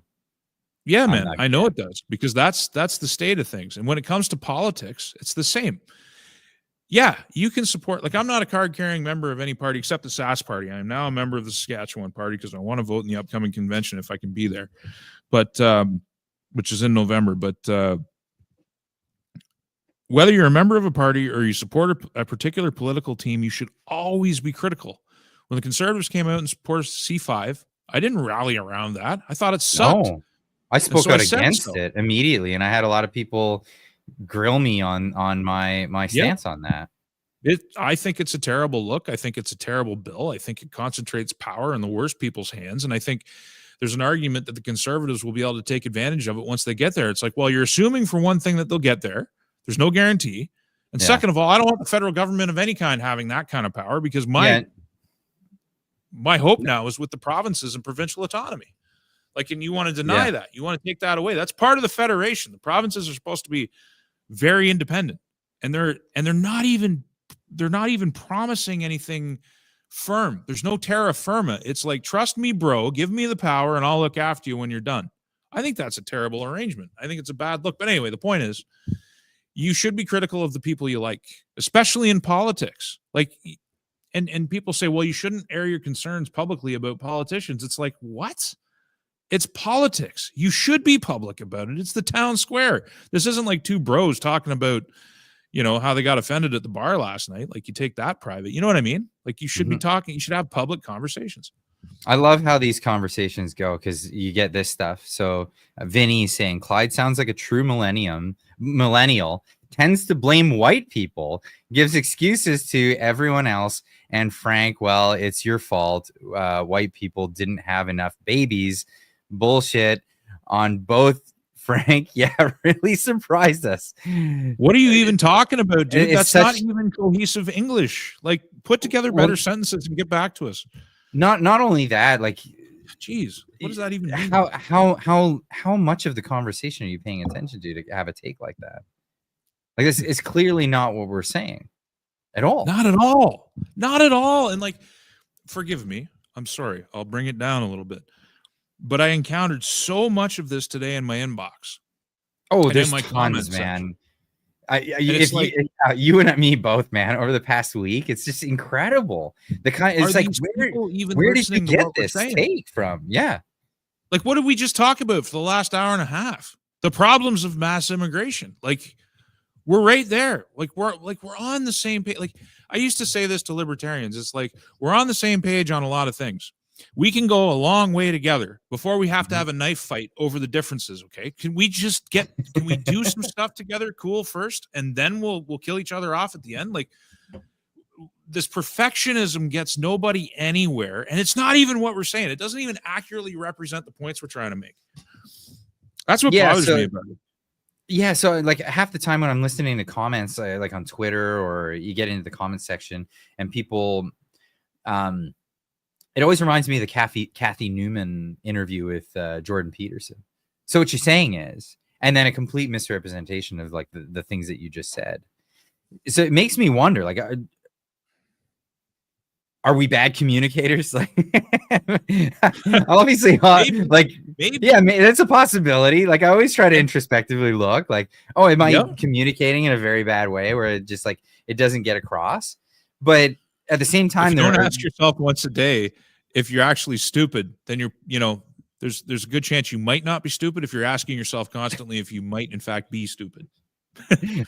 Right. So, but the thing is, like, it's clearly not everybody's getting this misconception. But then it's like, for sure. Okay, well, in the case of Kathy Newman, it came from a place of malice. What she was doing, she was trying to lambaste Jordan Peterson in that famous interview with him. So she wasn't looking for a place of agreement. She wasn't like, okay, and this is something that Jordan Peterson actually gotcha journalism. Gotcha stuff. Jordan Peterson has an antidote to that, and he wrote about it in his book 12 Rules, and it's fantastic. And it's the idea that anytime somebody comes to you with another idea, and you want to have a genuine conversation, like you're actually trying in the pursuit of new, better ideas for the benefit of humanity as a whole. We're trying to get somewhere, and I'm not trying to just shut you down because it's a battle.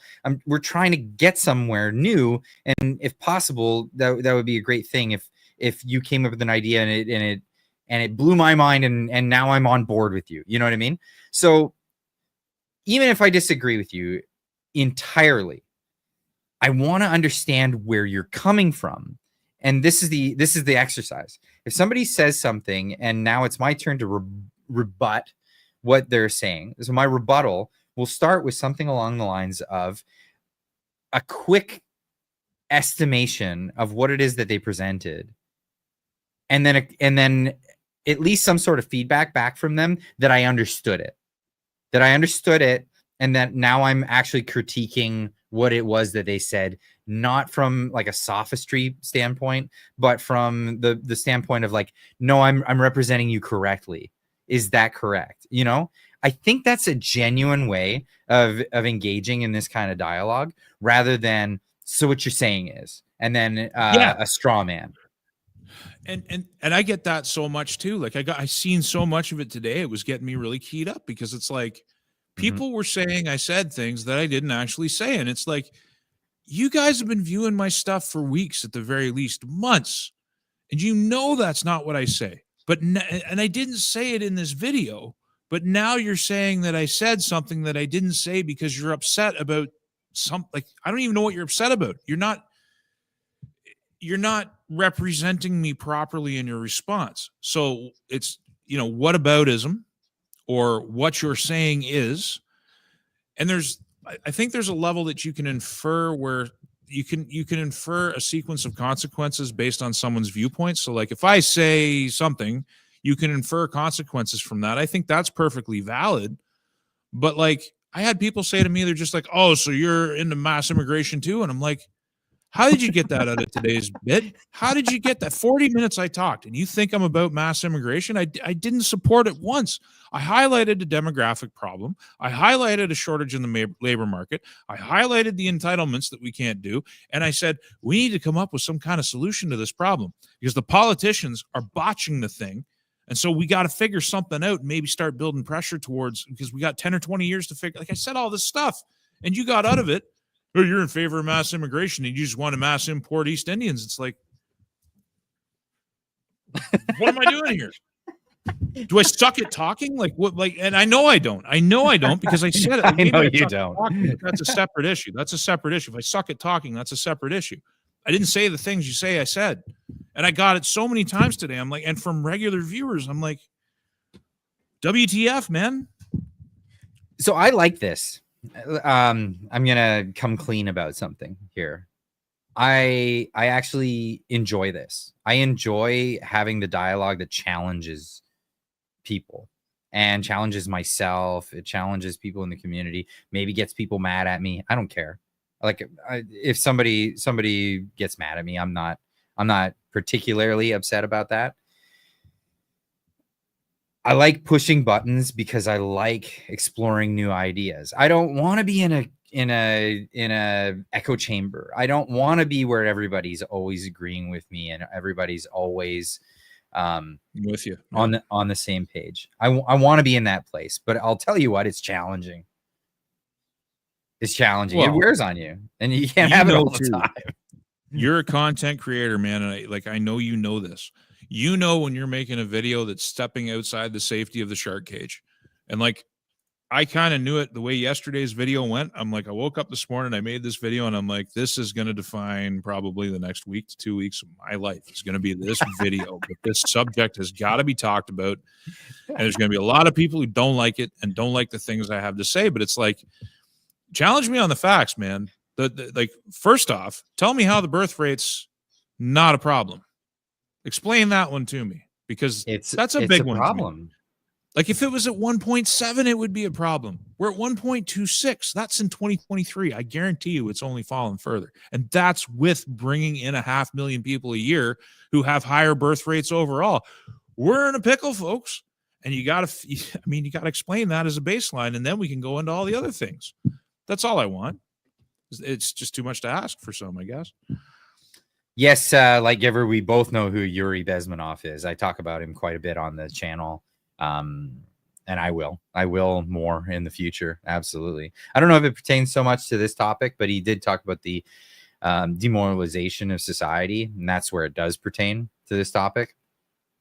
Absolutely. And like Giver, I've seen you comment a couple times in the chat, and you commented on today's video, and you said, are you watching Tucker Carlson today? And you said you watch Tucker Carlson, and I don't know what you mean by that, but yeah, sometimes I do. I think he does great journalistic work. I think he's in his final form, actually. I've been meaning in my videos to plug his interviews because they're very insightful.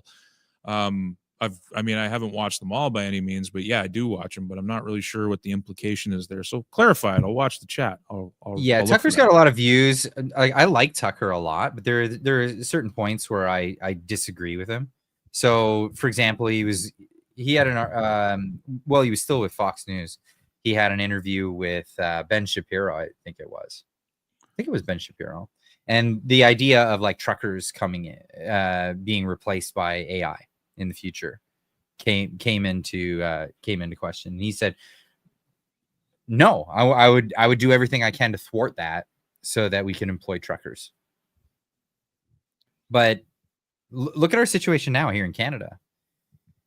We're doing everything we can to import truckers from, third world portions of the world at the current pace. Like we're actively denying Canadian citizens things through him. Let me just tell you real quick, this is a super fast one. When years ago I was unemployed, and I was like, if I could get something out of this, I'm gonna get something out of this. So I went to the Jobs BC. I said, I'm unemployed, let me get my trucker's license or heavy duty license or something like that. I heard you giving that stuff away. They won't give it to you unless you've exhausted all of your unemployment and now you're on welfare and all that stuff. So they're not helping people retrain for jobs. They're only giving this stuff out to people who ought not be behind the wheel of a car. Let me just first and foremost. But if we're running out of truck drivers in Canada, moving to AI trucks, I'm not bothered by that. And if that's the way a market moves, I'm not in favor of stepping on the market in order to keep people into job positions, because long history has shown us that anytime we make those actions, it doesn't really serve us in the right way. And every time we step away from these actions, it actually helps us out. There's the old case of the buggy whips. Have you heard this? The buggy whip controversy of the 1930s or whatever, 1910s or whatever it was. So the automobile became an issue, or it became an issue for some people. But when the automobile went into mass production, because thank you Henry Ford and all these other tycoons that made it possible, the people who put buggy whips together, these consumable whips that would wear out, that you whip your horses with behind a carriage, they started losing their industry, and they actually ended up, a lot of them, going out of work because of this. And there was a push to subsidize the buggy whip industry and make buggy whips with government money that would probably end up in a warehouse somewhere and never be used. Well, the government said, no, that's ridiculous. But it's not unlike all kinds of other initiatives that have taken place over the century. Blockbuster Video, a perfect example, right? Yeah. So place used to be lit on Fridays, but they didn't subsidize it. And guess what happened? All of those workers ended up getting retrained and working for Henry Ford or Pontiac or any of these other automotive manufacturers in the same neighborhood. So you didn't need to save the buggy whip industry. So this was one of the things that I disagreed with Tucker Carlson, of like making this fake industry, or like preserving jobs that may become obsolete in the future. Because especially as we're talking about diminishing populations, we need to have so much more get absorbed into the automation as possible. Like, automation is actually kind of a gift to us in this circumstance. AI has become a gift to us. If we're not able to fill there, we need to get the kids that we do have into jobs that make sense for the future of our civilization. We're not going into tool and die. Why aren't we not going into tool and die? Because people are going in and getting their gender studies degrees. It is just absolutely a waste of humanity. Trades are where it's at. Trades are where it's at. That's where it's at. That's the future. You're not going to do it with your mind, because AI is going to replace it. Now, one of the things that there's a bunch of things that concern me with AI. And this is a bit esoteric, but it's actually a very real concern. Have you ever heard of the Carrington event? Do you know what that is? The great, say again? The Great Solar Flare, the Carrington event of I want to say 1816, but I might have that I think wrong. I've heard of it, but you'd have to give me the details.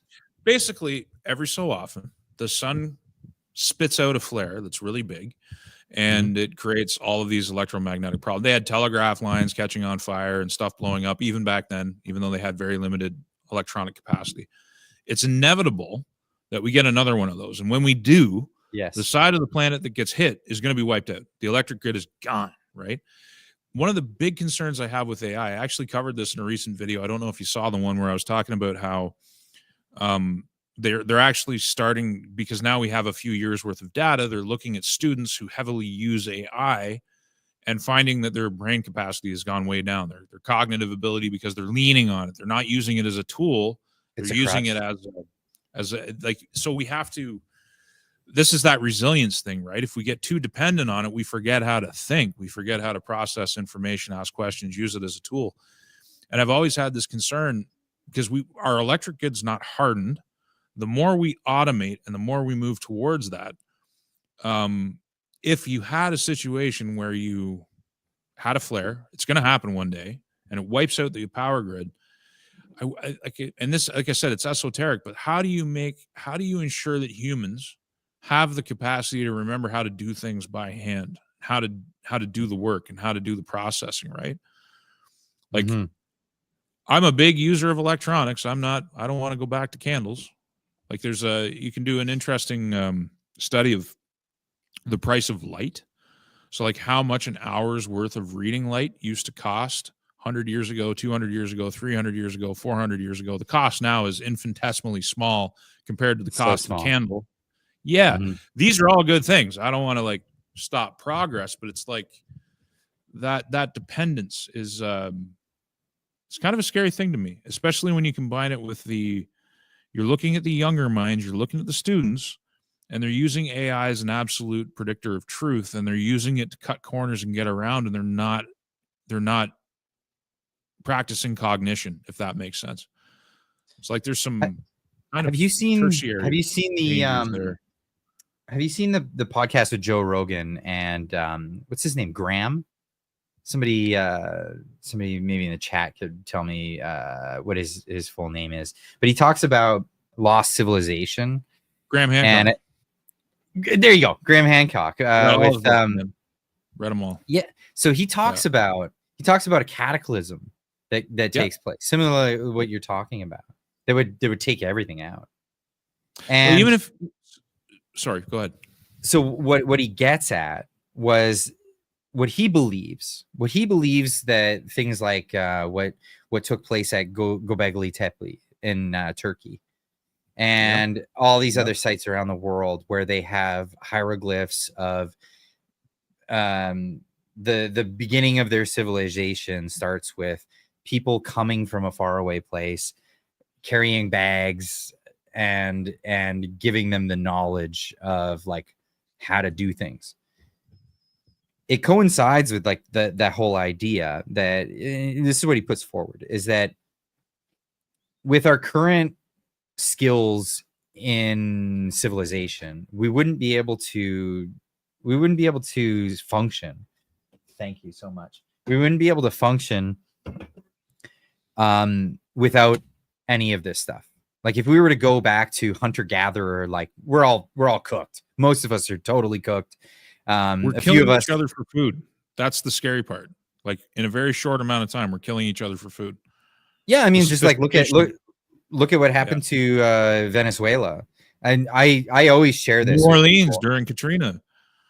I share this with people. It's a video of a group of men from the city in Venezuela. They found a cow and they're just throwing rocks at it. They don't know what the hell they're doing. They don't know, and it's torturous what they do to the cow. But it's illustrative of like what would take place when society collapses. People don't know how to take care of themselves. So what would the smartest of people in Graham Hancock's illustration of what may have occurred, what would they do? They would go to the hunter-gatherer tribes of the world that still exist and teach them of civilization, because they will be the only ones to be able to pass it on, because they'll be the only survivors. Well, and so like Gobekli Tepe, I don't know how much you know about that or your audience, but like this is a vast structure. If you guys are Googling it, the people who are watching, and you see pictures of what's been excavated, you have to understand that that's only like 3 or 4% of the entire site. So they seem to have had forewarning of whatever befell that civilization. We're talking pre-pyramids. Like this is the oldest thing we have, and they buried the entire site to preserve it. Somebody did.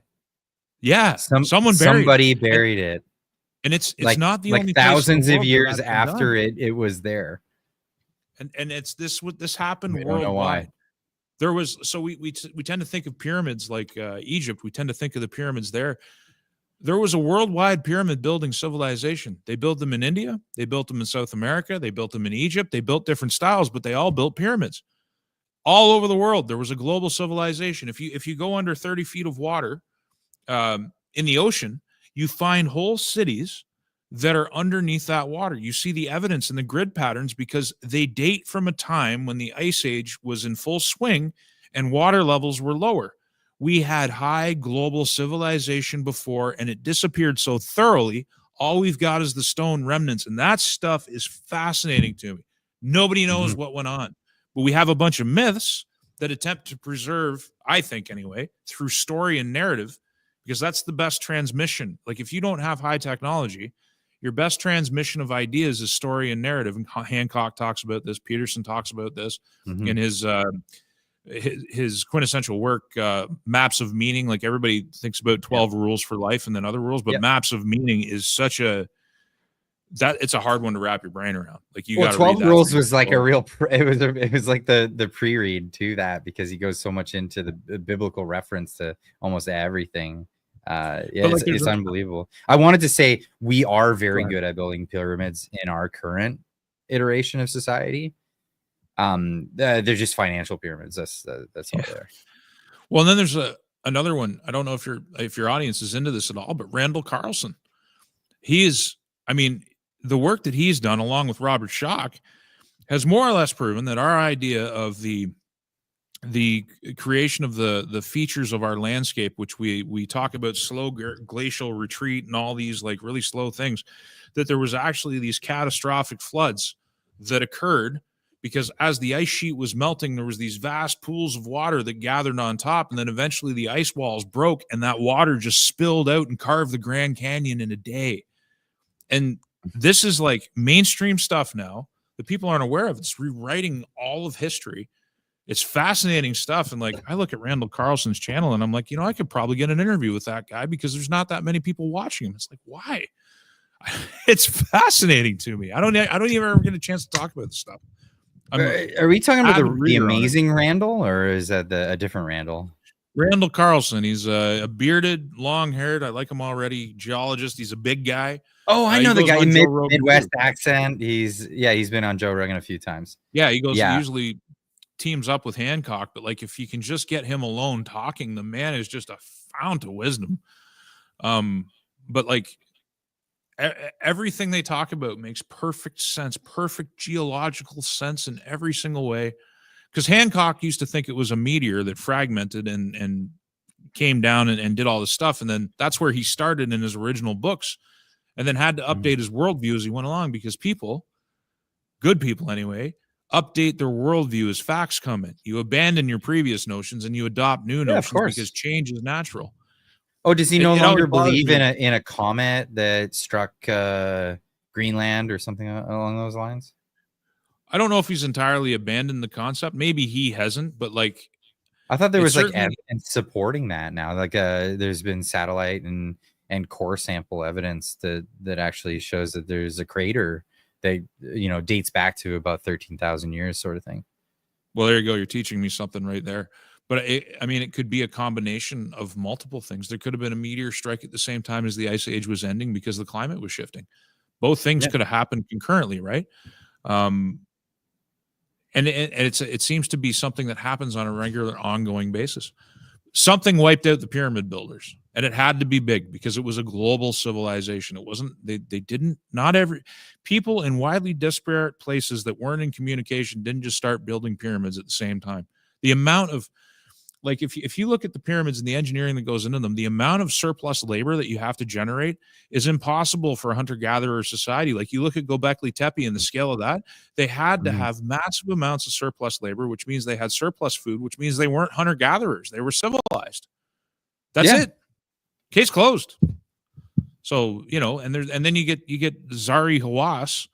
This is crazy because it predates Mesopotamia, and it predates like our current worldview of what took place, and the we have a timeline, and this, I can't remember who said it, but it's like, you know, science moves at the speed of death. Essentially, you have to wait for tenured professors to die off before new ideas will even be considered.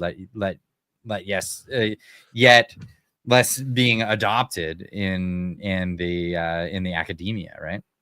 So here's a story for you quick. There's a guy, have you ever heard of a name, Alfred Wegener? I almost guarantee you haven't, because it's so opaque. No.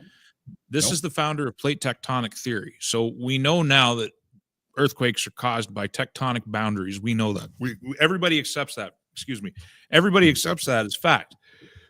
But when Alfred Wegener proposed this theory, because of studies he did in Indonesia, he was universally cast out of the geological profession. He was defamed. He was demeaned. He was left penniless. His reputation was dragged through the mud. And it turned out he was right. That happens over and over and over again in the sciences. And we're not post-historical here. We do the exact same thing today that we've always done, which is...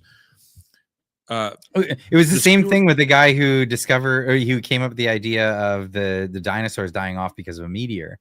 And it was... I think he was in his 90s when they discovered the crater in like South America, and they're like, they asked him, do you feel vindicated or whatever on an interview, and he's like, everybody that criticized me is dead. I don't care. Yeah, well, things move on, right? And like, it's so funny to me that we, you know, it's matter of fact now about plate tectonics. But I read the biography of this guy, and it's like, it's fascinating what he had to go through in life. And this Brutal. Is a lot of great discoveries. Follow the same path. You're fighting established people gathered together in hierarchies. It's anthropology. We gather together in hierarchies, and then we protect them. We gather together in power groups, and we protect them. And it's fairly rare that people can make decisions which will interfere with their own power base. I'm one of those people, and I don't know much about myself. I don't know if I'm smart. Maybe I'm retarded. I don't know.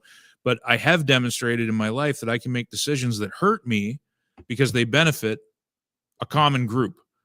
And what I find when I read is that's actually a rare thing, to actually be able to make decisions that hurt your financial outlook. Or, you know, I used to run farmers markets. I would let my competitors in, and I would represent their interests, even if it hurt me. And it's like, not a lot of people can do that. It's actually a fairly rare thing, especially in the sciences. I'm with you on that one. Well, look what we're up against now with climate change and CO2.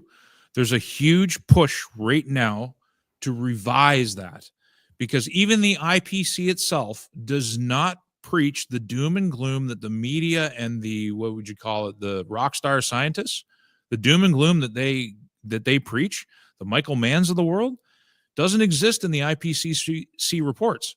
So, like, we got to back off this, because we're talking about re-engineering society and like being anti-development and leaving all the resources in the ground over something that's not, it's not a demonstrated proof that CO2 drives all of climate.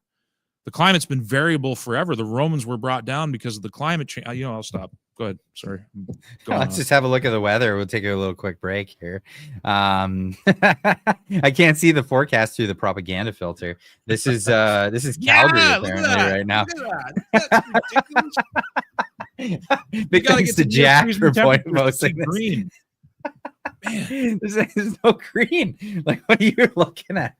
It's just, it drives me nuts, man. we're It's all so dead. funny. I'm looking Yeah, at like, that map. I'm like, that's lava. Where do I even go? The blue dot looks good, I guess. oh man, there's somewhere in there they're having the stampede and they're on fire apparently. Currently, I guess they didn't have to turn the skillets on to do the old flapjacks thing that they always do with the prime minister. But I digress. It's so stupid. It's retarded. That one hits home for me too, because that worked on me for a while. Like, as I told you before, or I Did think it? it was, I probably told you, but I also told Sean Newman that what got me involved in the first place was waking up to the fact that I had been fear mongered into believing that every single thunderstorm was my fault, that every single Shut heat up. wave That was got one you. step towards death. What's that? You were convinced by the propaganda. But I was there. I was just like, I thought the world's getting hotter. We're all going to die. You know, we had a hot summer. My pine trees were starting to die, and I'm like, oh my god, you know, we're totally done. And then somewhere around 2011, 2012, like I was an organic farmer. Like I was all into it. I was all about it. And then I convinced all my family, you got to switch over to these fluorescent bulbs because incandescent bulbs are killing us. And yeah, get that mercury poisoning in. But I didn't even know what I was doing. So I actually, because I'm an analytical person, I just wasn't analytical about that up to that point. I started looking at the other side. And I started thinking about it. And I'm like, I came up with the conclusion relatively quickly that there was nothing to this. And then I realized these toxic bulbs. So I had to go around to everybody I convinced. And I'm like, you got to get rid of them. Go back to incandescents. You don't need this in your life. And you're the world's biggest pain in the ass for them in their lives, right? I totally, I was accountable for what I did. And then I'm like, well, how do I atone for this?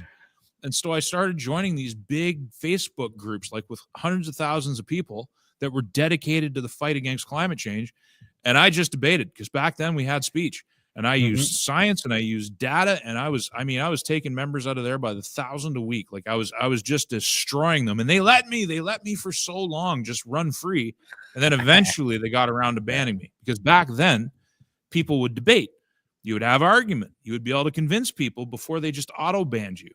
And now it's like the first thing people do is block any point of view they don't like. I just can't believe, like, so I'm like, I watch a lot of scientific channels and stuff, and I've watched people who should know better say stuff like, if CO2 increases more, the oceans will boil off, and like crazy statements like this, like crazy statements. And my key opening for anybody who's convinced on climate change, and all of this stuff, the catastrophe, I always ask him this one, because I'll say, like, do you know what the current CO2 is in our atmosphere? And usually they don't know, but usually they don't even know. But it's like the 400 range, and that's based on like somewhere around there. And well, what was it before we caused all kinds of trouble? And they might, if they're in their know, they might say like, what was like 350, 380, around that ballpark. And I'll say, do you know what the CO2 concentration was in the Jurassic period when dinosaurs roamed the earth? No, I have no idea. No clue. When life was thriving, bountiful. Yeah. Great big everything, megafauna. Yeah. Yeah. It was 2,000 parts per million. 2,000 parts per million. We went from like 350 to 450 in a century and a half, right? 2,000 parts per million. Do you know what the CO2 concentration was at the Cambrian explosion? The moment on Earth when life began in the ocean. Do you know what the CO2 concentration was at that time? I have no idea. 6,000 parts per million. So if all life ends, if we have a little bit more CO2 in the atmosphere, don't you think it would be a little bit more than when life began? It's just crazy to me. And you show people the chart of like what the CO2 concentrations were what the temperatures on Earth were, and they're completely uncorrelated. And right. people are like, wait, what? Why is Yep. this not being taught? Well, because there's something to sell Because you. CO2 is a gateway to regulate everything. If you can regulate Yeah. CO2, you can regulate everything. And it's big business. Billions and billions and billions of dollars are being poured into this fraudulent panic. I don't want to call the science entirely fraudulent because it's not entirely fraudulent, but the panic is certainly manufactured. Yeah, shout out to Dr. Patrick Moore. And also, there's a couple other Canadian heroes. Steve McIntyre, Ross McKintrick. I don't know that name. They wrote a book together called the Hockey Stick Deception or something. Incredibly analytical, very scientific, but they absolutely take apart Michael Mann's hockey stick graph concertedly. Apparently that guy's pretty litigious, Ball. that Michael Mann guy. He likes to sue people frivolously. And that's somebody else's opinion, not mine. I'm just throwing that out there for legal purposes.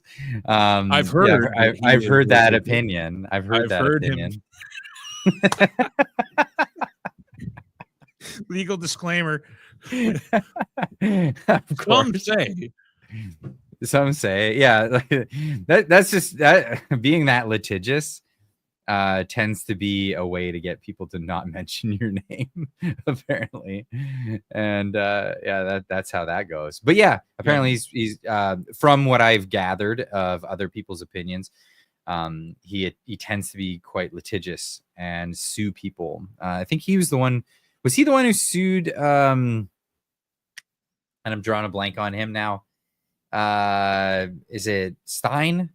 Alex Stein, the commentator? I don't know. He certainly sued Stephen McIntyre and lost. I know that. And lost. Yeah. Because they weren't playing. The hope of those lawsuits is that they continue for years and years and years, not that they actually come to a conclusion. Yeah. And that's the unfortunate aspect of how it works. Do you have super chats you want to get to? Let me get to some of these. Make sure that if I miss any that you guys brought forward, I think I got this one already. Rick Yam saying, thank you for what you do, Frank. Yeah. Sorry. Yeah. Okay. Jeff Menard got that one. I think I'm caught up. Gary McDonald, and that's a MacDonald, not a McDonald. How I said it the first time, with $5 says the Canadian population can't grow much more without fossil fuel. The energy density and green economy won't support the people that we have now. I think I did read that one. Thank you so much. Yeah, we covered that. Mr. Roscoe Pico for 2 says Texas is flooding like crazy. Is that right? I haven't. Woo. I mean, that's kind of a when there are songs written about an event, you kind of assume that it happens. You know, the Texas flood. I think how many times are that in like blues titles? At least by Stevie Ray Vaughan, not once. But yeah, feel bad for the people in Houston. There's a reason why they don't have basements, right? That's one of the first books I read about farming and nursery cropping was written by a couple that were down in Texas. Mm-hmm. Wild, like yeehaw, wild. Feet of rain falling into the sky in an afternoon, like unimaginably wild. Wow, for a farmer anyway. I'm looking forward to that because we love gardening. We're on our second summer without gardening, and I'm itching for it. I can't wait to get over there and figure out all the ins and outs. That's part of the fun of it. Like when you're a hobby farmer, I don't call myself a farmer, a hobby like gardener, like try to, grow stuff that you can eat. Not much of a florist, but I never took that seriously. But you learn a lot. It really is one of those things. You try stuff out and then you go, wow, I screwed that up. Let's get some advice from people who know better. I love that aspect of it.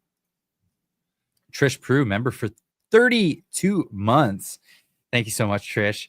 says Clyde and I don't agree on everything, but I enjoy hearing his perspective. If I agreed with everything, I wouldn't need to watch his videos. Life would be boring. Love you, Clyde and Clydesters. Well, appreciate that. Thank you so much. That is very true, though, right? Like that's the whole point. I like to challenge people. I want to bring up these like hard to swallow topics, even with my own audience, that might wind me up with like a lower subscriber count at the end of the day. But I enjoy it. I do. Is that weird? No, I think if you're coming at this from the right angle, you know sometimes that you're going to put something out that might offend your audience. Like it's going to be like, I know it every time I do it. I know when I make a video, it's like, yeah, this is going to land hard with some people, but like I have to do it anyway because I'm not really here to make people happy. I'm here to do my own thing and try to do it the right way, which includes telling uncomfortable truths where I find them and standing for correction if I need it. You know, like I want to be accountable both ways. So I think you do that too. I think this is one of my favorite nicknames. I love that one.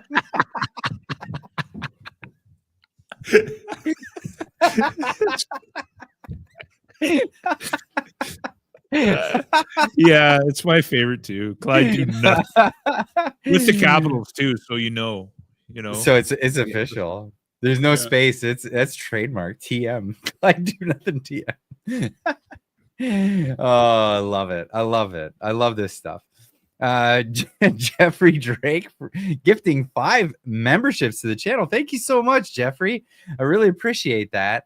And everybody who's in the chat who got a membership when he gifted that out, please make sure you get in there and give him a big thank you for that, because that's money out of his pocket. He did it for you.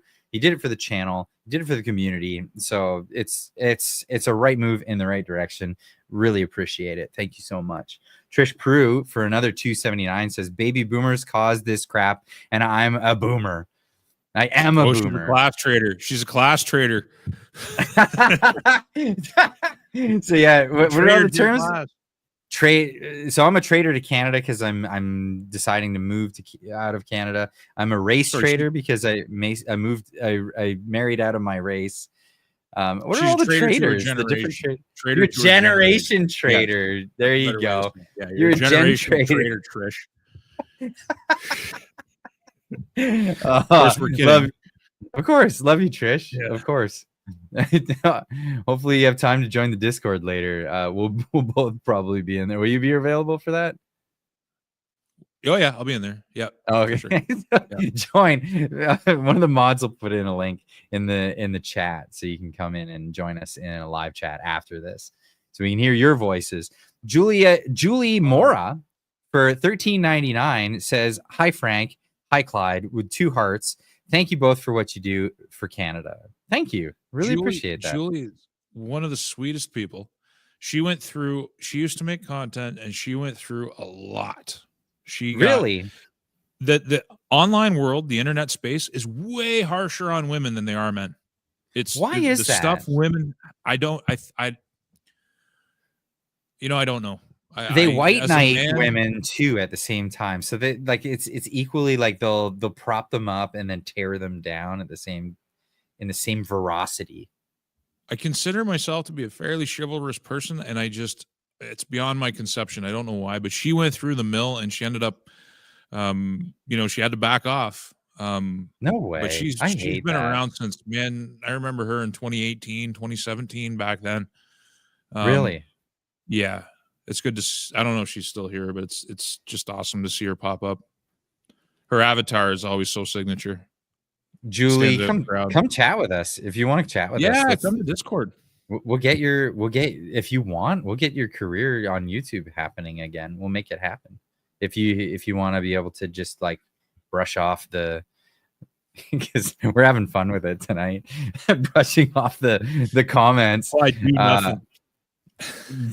I love it. All right, so yeah, get in touch with us if you want to kickstart it and get back into it. I would really appreciate that. I love, you know what I love? I love when sincere people want to do a thing, and I can help them in any way. It's just a thing that I love to do. This is actually related, and I need to ask your chat the question. Am I glitching? Is my video glitching? Is the audio clean? Can you guys provide some kind of feedback as to how I'm performing tonight? Because, you know, I've been talking to Clyde about how, like, I was thinking about doing StreamYard and, like, you would be my first interview and all that stuff. It hasn't happened yet, and part of the reason is I'm trying to figure out if it's even viable with Starlink. Because every time sometimes I do a live stream and everybody's complaining about the quality. But it looks good. It looks good. Yeah. In fact, from chat, it's looking good tonight. StreamYard's a good way to do it, and I'll tell you why. It's because StreamYard hosts the stream. It's the haircut. sorry. So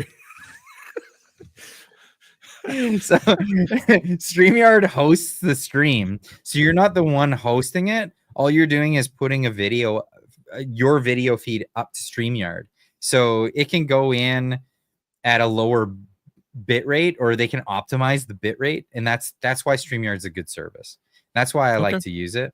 So because I'd like to do this, I don't want to. Because I want to see you do more of this. Absolutely. And what brought it to mind is, like, there's a lot of small content creators I know that I would just love to throw on my channel and give them a spotlight, because I want to pay it forward. Like, it's and I mean that sincerely. Like, there's a lot of good guys. So that's and gals. That's part of the plan. There was a what was it? There was a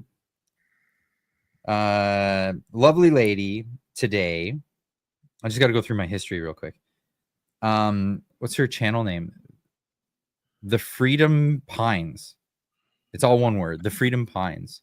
I think I've heard of her. I've never heard of her, but she popped up in my algorithm today for God knows what reason.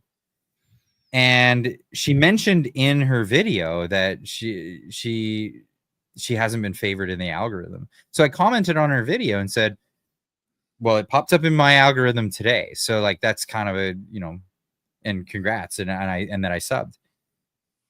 Never heard of her before. Liked what she had to say. And I think she's great. Anytime I get a chance to just, like, give somebody a shout out for whatever reason, I love to do it. It's productive. It grows the community. There's more people, more creators, more people watching. It's all around. It's the best thing ever. It's such a great big pie. Like, the idea that you can, the people who feel in the YouTube space, without naming any accounts, who feel that they're going to get it all themselves, it's never going to work, because there's so much content and human beings only have so much time. So we all have these decentralized networks that watch our different content, and there's overlap. Like, people are going to gather to you if they like what you say. Look at this. She's in the chat right now. Yeah, I knew it. She's always active in my that's so cool. She's always commenting. Yeah, I've talked to her a bunch of times. Yeah, that's awesome. Yeah, so was that like forever ago? No, there she is. No, it was like, that's me. Thank you. Yeah, right there. Oh wow, how cool is that? How cool is that? That's awesome. Yeah, yep. That's cool. For everybody that's in the chat, there's like 3 little dots on the side of any chat that she puts up in. It'll say go to channel, subscribe. Yeah, go check her out. Yeah, go check her out. Go check out her channel. Grow the sub count. Like, if there are more people out there chatting about things that you care about, get out there and engage with them. That's awesome. Yeah, that's so cool. That's so cool how that just love it. That's awesome. And oh, look at that. You made my day. Honestly, thank you, she says. Yeah. Right oh, on. Wicked. Hey, join the Discord. One of the moderators will put the link to the Discord in there. Jump in the Discord. Yeah, come say hi to us later. Meet a bunch of people. It's super cool. what a just like a crazy coincidence. That's amazing. I love that shit. Yep, sorry, too, man. I'm trying to keep the swears to a minimum. Oh, where are we? I need to catch up on where we're at. Gary McDonald was the next one. Gary McDonald with a $5 super chat says the evil colonists only came here because of government encouragement. The government is now actively recolonizing Canada, but somehow it's okay this time. That's an interesting. Yeah, that's a good take. Here's something that's very interesting that I didn't know up until recently. I listened to it was like a automated reading of something that Thomas Sowell had written, and it was talking about the natives in North America and the interesting, strange sort of relationship that the natives had that we don't know about. So we've all heard about natives warring with each other. Yeah. Right. I think I know where you're going with this. But most people don't know, and I didn't know this actually, is that most people, a lot of these native tribes were actually warring with each other over access to the European Westerners that came and had a active trade with furs and pelts and all of this other stuff. And there was actually middlemen between different tribes that would go get the pelts and then bring it to the colonists. And they were, it's so crazy because we get this image of colonialism as this thing that was they just came in and ransacked the place and kicked everybody out, and there was no engagement. There was none of that. Like that. It was not like that at all. Like that. Not at all. Well, even in Canada, you know, if you want to go right into the history, it's so the French who settled or who opened up so much of North America to Europeans, they were appalled that the English were trading whiskey with the natives because it's a known thing genetically that whiskey and alcohol affects natives much differently than it affects other people because of genetics. So the French actually did their best to put a stop to that and oppose that and like actually establish these relationships with the natives, which were very mutual. You know, and then there's this other thing which I really despise, and it's this idea. You see it in a lot of iconography and pictures. It's like this idea that it was a utopia in North America before we got here, and then we got here and we ruined everything. And it's like, no, man. When bands went to war with each other, the braves killed each other off. The ones that didn't die were taken into slavery. They were tortured to death for several days in like ritualistic fashion. The women and the children were property traded back and forth. And it just wasn't very good. You know, like this is real stuff, right? Absolutely. So you know, you're not supposed to talk about that part of the story, but you know, hey, well, you got a quarter in a quarter of your toes in the water, so you're I'm allowed. Yeah, I'm allowed to say something because no one's going to listen to me, but you know, I can say whatever I want because I got it. I got Frank, my card. I'm gonna give you the mic for a moment. I'm just gonna deck off, and my teeth are floating. I'm not gonna lie. Go so for I'll it, be bro. Get out of here. I'll talk to the chat for a second. Let's see what we got. What do we got in the chat? I see I'm tagged. Frank, he took a big vacation after PP lost back in August. Yeah, you know, Pleb was all in, right? I don't know too much about him, you know, but you know, I do know that he was all in, so that kind of understands. I understand that. Let's see what else we got. First Nations also fought other tribes, raped, pillaged, took slaves, destroyed infrastructure. 100%, Luca. That's what happened. Read Conrad Black wrote a great book called, what the hell is it called? It's a book on Canadian history. It's very authoritative. I could take issue with parts of it. What the hell is it called? History of Greatness or something? If you look up Conrad Black and History of Canada, you'll see a book, and it's fantastic because he actually dares to tell that part of the story. Whiskey and guns, yeah, changed everything. Like, people don't realize that what whiskey did, and smallpox too. So, like, here's another side of the story. So the Spanish came; they brought smallpox with them, very limited quantities. They came over in boats. They were here for a bit, and then they went back, and then they were gone for months at a time. By the time settlers started to come, smallpox had run its course. And 80 to 90% of the native population was already dead. So the Europeans, when they got here, they found these vast fertile areas that were already cleared. They found these abandoned towns and they found these empty places. It's not to whitewash the cruelty that went on, but a lot of the people were already dead. And they were finding these settled places that they could just walk into and occupy. And you never hear about that. You never hear about how smallpox cleared it out. And the Europeans had no idea that it happened. We only figured this stuff out later. So, like, it's well, I love the fact that they want to throw the blame at people who hadn't discovered germ theory at the time and say that this was a weapon that they used by giving them blankets. They had no idea. Like, they had no idea. For sure, germs have been used as weapons, and plagued bodies have been used as weapons in war in Europe and stuff. Like, we know that happened. But but they didn't understand how the germs were passed on, right? And that wasn't the intention of the first arrivals. And they weren't even the first Europeans, but let's just pretend they were the first Europeans when they came here. They weren't doing that. They were trying to find their way to India. So they weren't deliberately trying to kill off anybody. They were trying to make money. You know, they actually thought they were in India. So, like, I wish we could just be honest. Everything gets politicized, and an honest accounting of things. And this, it scares me too, because we're moving into this AI time where AI is going to define what is. And it's like, if it's not fed off of accurate information, which is brutally honest and doesn't pull punches and is not political, we could end up just rewriting all of human history. I collect printed books. I don't know why. I mean, I do know why, but I don't know where they go after I die. But it's like, print is the only thing that you can't alter. Collect printed books, just in case. Yeah, that's terrifying.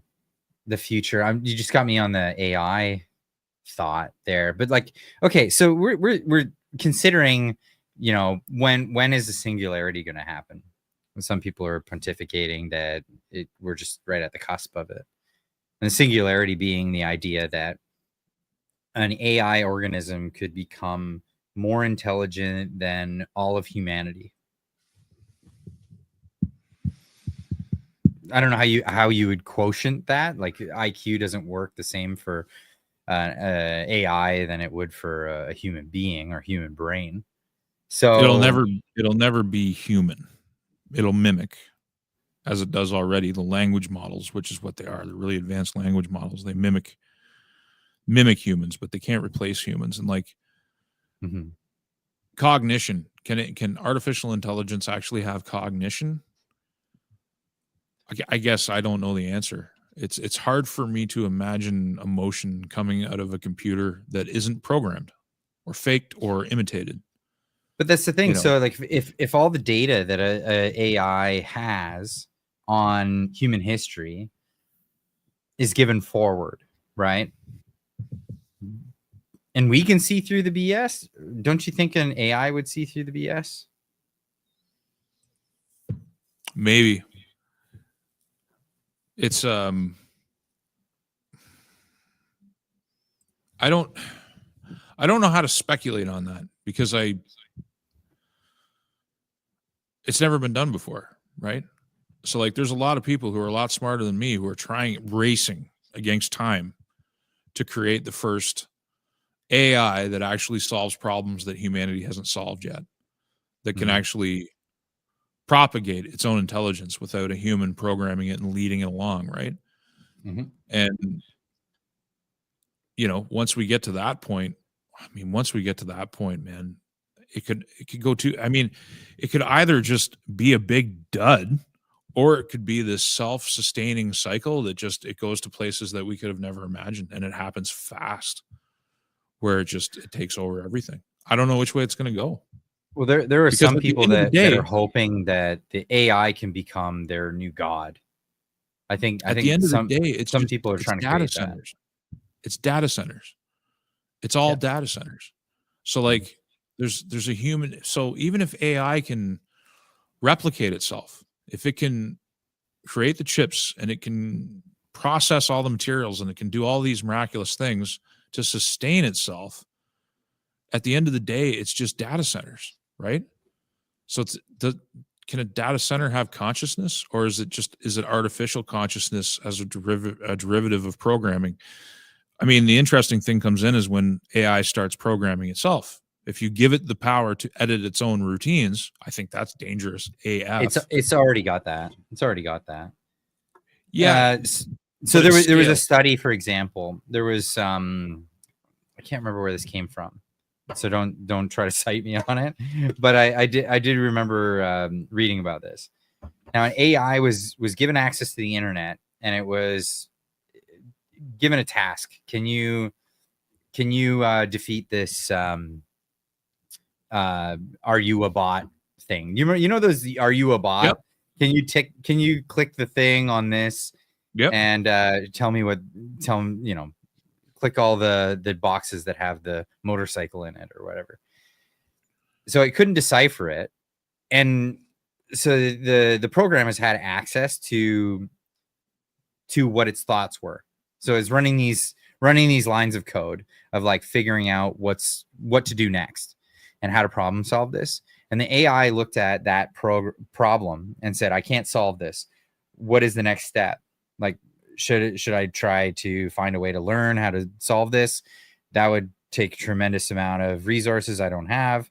And then where did it go? It went to Fiverr. And it hired a series of people to take a bid on solving the thing for it. That's amazing. And it had conversations with people, and the conversations were, one of the conversations was actually like somebody saying, are you actually a bot?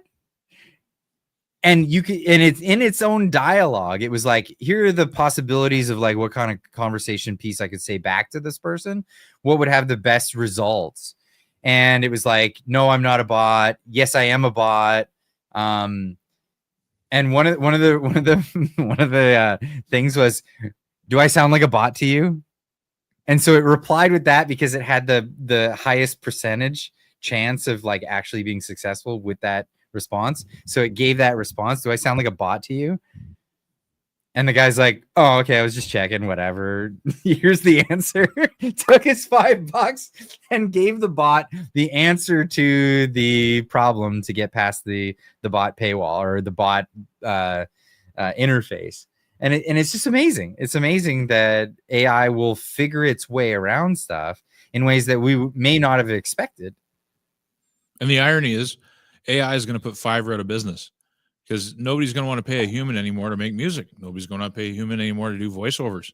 Like it's in terms of white collar work, data entry, data analysis, intellectual creation, and low tier. Let's be honest. Like Fiverr is low tier stuff. Like if you go to Fiverr, and people who don't know, Fiverr is a website where you can commission people to do a lot, usually artistic work. But what they'll do is they'll have like a template that they've made. So they've spent hours on the template. But then when you hire their service, they'll just slap the template on your thing, and they might do one or two tweaks, and then that's it. So it's super low tier, and then they'll have they'll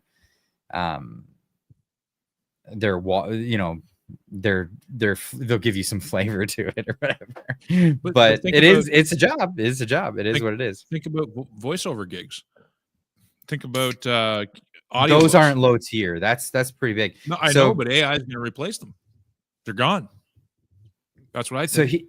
So in the interim, here's an interesting one. I'm subscribed to a service called Epidemic Sound. That's where my theme music at the beginning comes from. I hold a license for it. I subscribe to their service. So they've introduced a new thing where they have voiceover actors that are part of their service. But when you hire those voiceover actors, you're not hiring the voiceover actor. You're getting AI that will do it. You can even get this. I can even read off a thing and give the inflection and all of that stuff that I want. The AI will figure that out and put it in the other person's voice. This is all doable, and it's all at your fingertips. But in the interim, what they're trying to do is pay those contributors based on your subscription and what you would end up paying for those works. But at the end of the day, it's all just going to go to it's all going to pot. It's all going to the cloud, and then it's just going to be like, you know, new voices manufactured by AI that are not a real person's voice. Because I mean, those people, they're only giving samples of their own voice, and then it's going up as their voice made by AI. And in fact, on the same service, I can upload about a paragraph's worth of things that they want, and I can have my own voice done in AI if I didn't want to speak out loud. It's something else, man. It's going to change everything. There's some. It's going to be very disruptive. I mean, some of the fan-made movies I've seen on YouTube for like Star Wars encounters, for instance, that happened in the books. Not that I'm a big Star Wars book reader. It's just I'm familiar that they exist and I'm familiar with the storyline. So people have used AI to generate movies to mimic scenes that have never been portrayed in movies. And it's still hokey. It's still AI. But it's going to just get better. It's just going to get better and better and better. Well, I would also add that there would be no demand for that if Disney would just make some fucking good Star Wars movies. Yeah, sorry, I had to. If I'm dropping an F-bomb tonight, it's there. Yeah. Every single cultural icon has been mutilated by Hollywood, whether it's Tolkien or Wheel of Time or Star Wars, or you just go up and down the list. They've had to kill every Game of Thrones, you know, like they've all of these massive, complex stories destroyed by these companies. Like, when are they going to figure out how to make money again? It's risk aversion. That's my theory on this whole thing. Well, do they want to make money? Or do they want to be risk averse? Like, which is it? You think the shareholders would care about making money? Well, so the talent pool is diminished because you're only getting undergrads from, I don't know, we only care about sex and gender.edu. You know what I mean? Like that's all the people that are in this industry. And most of the people that do care in the industry, they're too scared to speak out. And if they do speak out, they'll get fired. Like this, it's just the way it is. But here's the corporate model for like Disney, for example, or Paramount, Sony, all of them. So Disney doesn't come sue me. They're all the same. They know they'll grab a property that they know that there's already a fan base for. They know that that fan base is going to buy the ticket no matter what they do to the property. They don't care. They don't care. So they'll never make that movie for you. If you're a fan of that property, that movie is not for you. The movie is going to be sold to you, and you're going to dish out your money. You're going to give it to them. You're going to buy it, but it's not for you. So what do they do is then they're like, okay, how do we break into new demographics? How do we get into new demographics and do all this? Well, our polling says, and our outreach groups say, and then they go, who are the people reaching out to these outreach groups? Well, they're the activist grifters that have been grifting the corporate world for how long? They're DEI grifting groups. And they're making a shit ton of money doing this stuff. They have been for a long time. And they're the ones doing all the surveys. And that's how it's going. And what's the end result? They're shareholders that are risk averse, that are like, let's get into properties that we know will sell. So they get into that. And again, they go through this whole cycle. They think they're going to make a big masterpiece that will make a lot of money.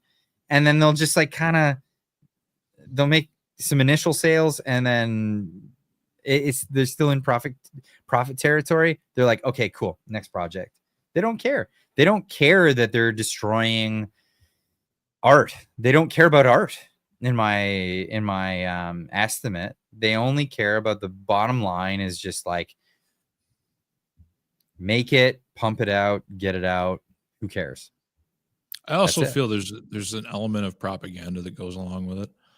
Like there's so much. Those marketing groups. That's the stuff that I'm talking about. I think that's where that's all coming from. I think the Disney proper, they don't care much for that, except that there's so much browbeating on them to comply with all of this stuff. Vance M in the chat just said, even video games are ruined. The protagonist characters are always gay or a woman. Sure. Yeah. But video games used to be the bastion. I'm an old school gamer. They used to be the bastion of almost, I would say, political freedom and the freedom to tell stories. And like the AAA gaming industry now produces, their engines suck, their content sucks, the storylines suck. I mean, what was it? Dragon Age Veilguard, but also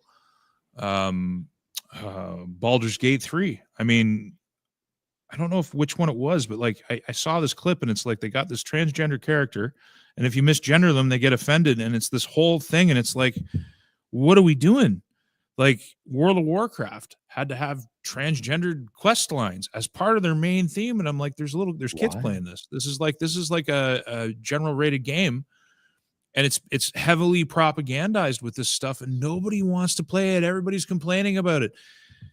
Does anybody want to make money? That's the thing I'm always asking. It's like, does anybody want to make money? Like the second some developer studio decides to start making good video games with masculine, strong characters and feminine characters again, they're going to make a lot of money. And I'm just waiting for somebody to do it. I don't know why they don't. Because people are craving that stuff. Like the indie games that are working right now are more traditional. The stuff coming out of Japan, like if you look at Final Fantasy 14, for instance, as an MMO, I know it's not the biggest, but it's standard Japanese flair. The women are women, the men are men. They're a little bit of, the men are a little bit effeminate in the game, but like there's none of this woke nonsense. It's just gaming. It's just good gaming. And it's like the characters are beautiful. The women are beautiful. They look good. There's none of this like, you got to have surgery scars and all this other nonsense. Like the Japanese aren't playing that game. It's North American studios doing that stuff, Vance, gaming bugs me because it used to be such a bastion. So near Automata, I don't know if I'm pronouncing it correctly. It was like one of the more recent games. Yeah. that I played. I played it. I played it all the way through. It's actually a really good game. I'll pop the. Oh man, why do you want me to? Anyway, I'm just trying to show the image. Could you just let me show the image? There we go. So I played this. This is a game out of Japan, and yeah, it's very much eye candy for dudes. Like it is what it is. But it was a really well thought out story, great game. I played it through. It's one of those games where you play it through 3 times to get the whole story. I'm not going to explain why. Do it yourself. It's well worth it. I don't get to play a lot of games, so this was one that I love video games, but I never get to play them. Yeah, this was one that was recommended to me by a friend of mine, and he was like, oh, "You like arcade style games, but you want to do the hack and slash, and then the story thing. Like this is well on your line of doing games." Cool. I thought it was amazing. But Jonathan Gould says the new Donkey Kong is going to be fun. I think that's a joke. It made me laugh. I like that. As long as Seth Rogen doesn't play him in this one, because that was the Mario movie. Did you see that? No. Oh, well, yeah. So my kids were really into it. So we watched the Mario movie, and it was weird because like they all had voices and stuff. It's like that wasn't part of the Mario thing. Whatever. I think it was Chris Pratt was Mario and a bunch of other these, but Seth Rogen being Donkey Kong and like Donkey Kong with a stupid Seth Rogen laugh. Like no, doesn't work. Over it. Yeah, it didn't work. Didn't work for me anyway. And then making Peach like a boss babe, like yeah, that's it too. It's like how many movies come out of Hollywood now where it has to be a female role hero. There's no male heroes anymore. And you know what? It's you can do a movie that has the traditional, whatever you want to, I don't even want to call it gender roles because I hate falling into the language trap, but it's like you can have real masculine characters doing heroic things with females doing heroic things too without sacrificing femininity at the same time. You can do it all because we used to do it all the time. And we made successful movies doing it. Again, this game is the epitome of what every feminist has been asking for over a decade. They produce the game and feminists hate it. Yeah, the art's too hot. They're not ugly enough. Yeah, it's like, dude, like you want a female role, like main character that makes sense too. Like it totally makes sense because she's a cyborg that she's like so strong and overpowering large males. Like it just write it into the thing. I've been sitting on Red Dead Redemption 2 for like me too. I want to like 3 years. I want to play it. I have no time to do it. It's one of them things. Maybe I'll incredible. Like, what do I do? Take a month off so I can play the damn game? I've been taking a little bit of time off this past like few weeks, and I'm not gonna lie, like the channel is just like whatever. It is what it is, but this is the life of somebody who lives on YouTube. Welcome to the situation. I sometimes I have a game usually open on my desktop at all times, and right now it's EU4. So even when I'm recording or doing, well, actually I shut down EU4 because of the music, but it's Europa Universalis 4, which is a historical simulator.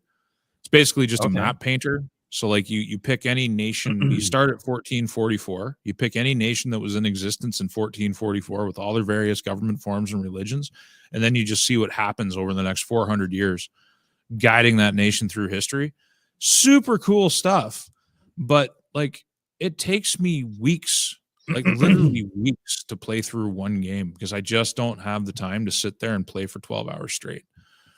You know, I wish I could play all the games. It's not the same like oh, okay, I'll just put 5 minutes into this game. You're like, I can't complete a mission in 5 minutes. That's not happening. Right.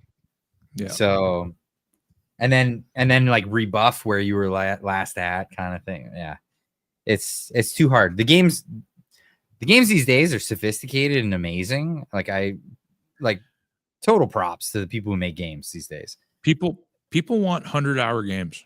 That's what they want, right? Yeah, and we're not 100-hour guys. Finding 100 hours somewhere is a little bit tough. It's challenging. No, maybe in my retirement. When your kids are growing up, when that pyramid scheme really pans out, and I've got to, I can sit down and take a job. When those Russian, Indian, or Jewish checks start cashing for you, like whenever they show up, all the payoffs that we're supposed to be getting, maybe that's right. Unbelievable. Okay, let's get into some more of these chats. Gary McDonald with the 5. Did I read this one already? I hope I didn't. Yeah, we did that one. Okay, the evil colonists. All right, moving on. Not enough toys for 15. This is a new chat. Thank you so much for the 15, my man. Fun with caffeine. This is so enjoyable listening to topics being discussed in good faith. And Frank is more fun with caffeine. Okay, awesome. That's the mix, man. I need to be on the downers. You need to be on the uppers, and then we're good. Blending it perfect, right? Yeah. It's a good mix. You got mellow and you got wired. That's where we're at. Thank you so much. Gary McDonald with another 5 says, books about real natives in America, My 60 Years on the Plains, Hamilton, Buffalo Days and Nights, Erasmus. I'm copying all of that. I'm copying 9 years among 9 years among Indians, Hamilton. Okay. Actually, I'm going to take a screen grab of that is what I'm going to do. Thank you, Gary. Good call. Yeah, thank you so much.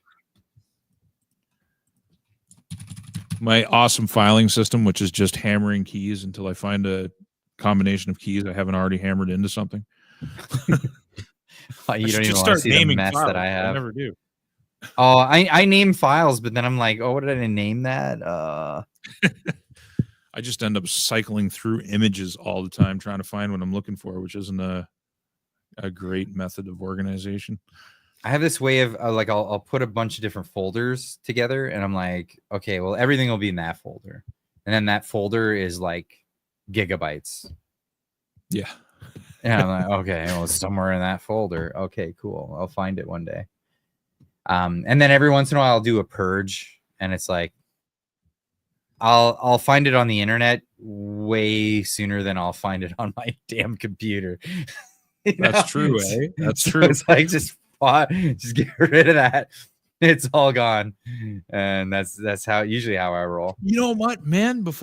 Years ago, before I knew you or anybody, I think it was 2021. I'm sitting with my boy. He's like a year and a half old, 2 years old, and we're upstairs in my office. And I had all my folders on my desktop with all of my production materials in it. And I would let him play with my keyboard and type in word processors and programs so he could get a feel for the keyboard. So this was something we did. One day, that kid managed to highlight my production folders and control delete them and confirm it. And they were gone. All of it was gone. And I'm like, how did you hit that key combo? Something I thought could never happen. And I had to design everything from the ground up again. Because I didn't. It was meant to be. I didn't have time to I probably could have retrieved it. Anyway. How much better? How much better was your production afterwards, though?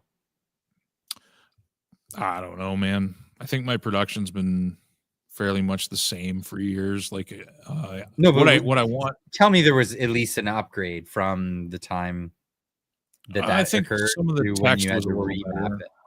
Some of the text was a little better. Like, it was never the same, but like I've got this excuse in my head where I'm like, I'll do a big improvement the next time I have to really dive into it. And it's almost like I'm waiting for some catastrophic thing to happen. And then it's like, okay, well, I'm going to remap it. I'm going to remap everything and make everything from scratch again. There's a technical side and a back end side that I've been neglecting that I need to look at. It's not just like, I want to build a set for streaming. Like, I want to build an actual spot. And I've been looking at my room that I'm in and thinking about how that's going to work. And I've been pecking away at working on it because I want to put all my books. Like, I don't want the space to be a set. I want it to be a lived-in, productive space that can. Like, I don't want it. You know what I mean? I don't want it to be pretentious. Not that there's anything against building a set, but I want it to be a lived-in, absolutely, it's functional and I use. That's just me. So I've been looking at the room. So, for example, my old space was that with my piano and all the stuff. Now, because I'm in a temporary place, I've made this set, and I'm not lying. I think I alienated people when I put the U.S. flag up. But your set is perfectly utilitarian. I mean, it's minimalist, which it's not pretentious. Like, it's your set. It's very simple. It's basic. It's just you doing your thing. So, like, it's not pretentious at all. So, I've actually looked at your set and I'm like, man, it's so simple. I love it. You know, like, I could see myself doing something similar. But like, I kind of want that. There's like a homey feel that I want. There's like I want to have a chair and I want to sit in the chair and I want it to almost be like a speakeasy or a smoking room or something without the smoking, because I don't do that. But, you know, there's just a certain thing that I want. And, I've been trying to think about how to put it together. And so far, I'm only making little inroads because I like this too. Like the green screen I love because, like, I can minimize myself and I can put everything on the screen and do all my stuff in real time. And, like, I really like that. I don't want to lose that. So I want two distinct sets, one for doing one thing and one for doing something else, right? And I'm lucky I have the space to do it. Yeah, I agree with that. I think green screens will eventually be obsolete. But, like, if everybody's saying that, the stream's good, I mean, if I do go start doing conversations and more live streaming stuff, I'm gonna be doing it in front of the same set. Like, it'll be like this, because that's not going to come together fast. I don't want to hurry it, but. Hey, Sandy, you rock. Sandy. Yeah, well, we're all beat. We are all beat. And we're getting into the end of it where we're just kind of rambling about, like, our sets and stuff. So I think this would be a perfect time. Yeah. I think this would be a perfect time to move everything over to the Discord, because I want to hear what you guys have to say. Like I'm sure Frank feels the same way. It's like we put a lot on the table tonight. Put a lot on the table, and some of it risks like members of our audience, maybe they don't like what we're saying and they're like, screw you guys, see you later. Okay, well, that's fine. But other people are like, I want to hear a little bit more, elaborate on this, or maybe you want to put your 2 cents in the discussion. Well, that's why we have the Discord set up. We literally set it up for specifically that. It's not about just, it really is about bringing the community together. So if you're keen on that, and again, it's not about like bringing you to another place so we can make money from you. There's no money involved. It's literally just a chat room. If you guys are keen, head on over there, and there's the link in the chat right there. My man G Meister put it in, so that's the link. Get on over there. If you're watching this 24 hours later, sorry, the link's dead. You have to get the link during the live stream. If not, we set that up that way for one reason and one reason only. We don't want bots. We don't want trolls or people who are not related to the community getting in. So very unlikely if we do it this way that'll happen. So we're not talking about let's grow the Discord. It's more about if you're actually wanting to communicate with us, come on over. That's where we have it. Lainey Berkshire with a $10 super chat at the very end here. Great show, guys. Cheers. Thank you so much. Cheers. I got my wobbly pops. Gotta do water. I'm out of my sparkly Zevia. Out of the caffeine drip. We're all out of it. But thank you so much. And thank you to every one of you for coming out and having the patience with us to have such tricky conversations. I mean, it's not easy to have these conversations online, especially with the amount of hyperbole out there. People don't want long, nuanced answers to questions that can just be summed up in, so what you're saying is. So if you're into that and you're enjoying this kind of thing, and maybe you're not subscribe to the channel, make sure you subscribe to Frank's channel. The link is in the description down below, so you can be part of these conversations moving forward, because I think it's positive. I think this is a great way forward. It's a great way to bring more ideas to the dialogue, the continuous dialogue of our society. Because if we don't, well, we've just given in, and we've given it all to the people who are shitty and don't like us. So anything left to add to that, Frank? No, man, I think it was a good chat, and I think it's going to be a conversation that continues for a while. Like, I can feel the weight of it settling in. So it was a good good opening salvo. Perfect. All right. We'll see you guys all in the next one, or we'll see you in the Discord moving forward. Either way, cheers, everybody. Keep on trucking.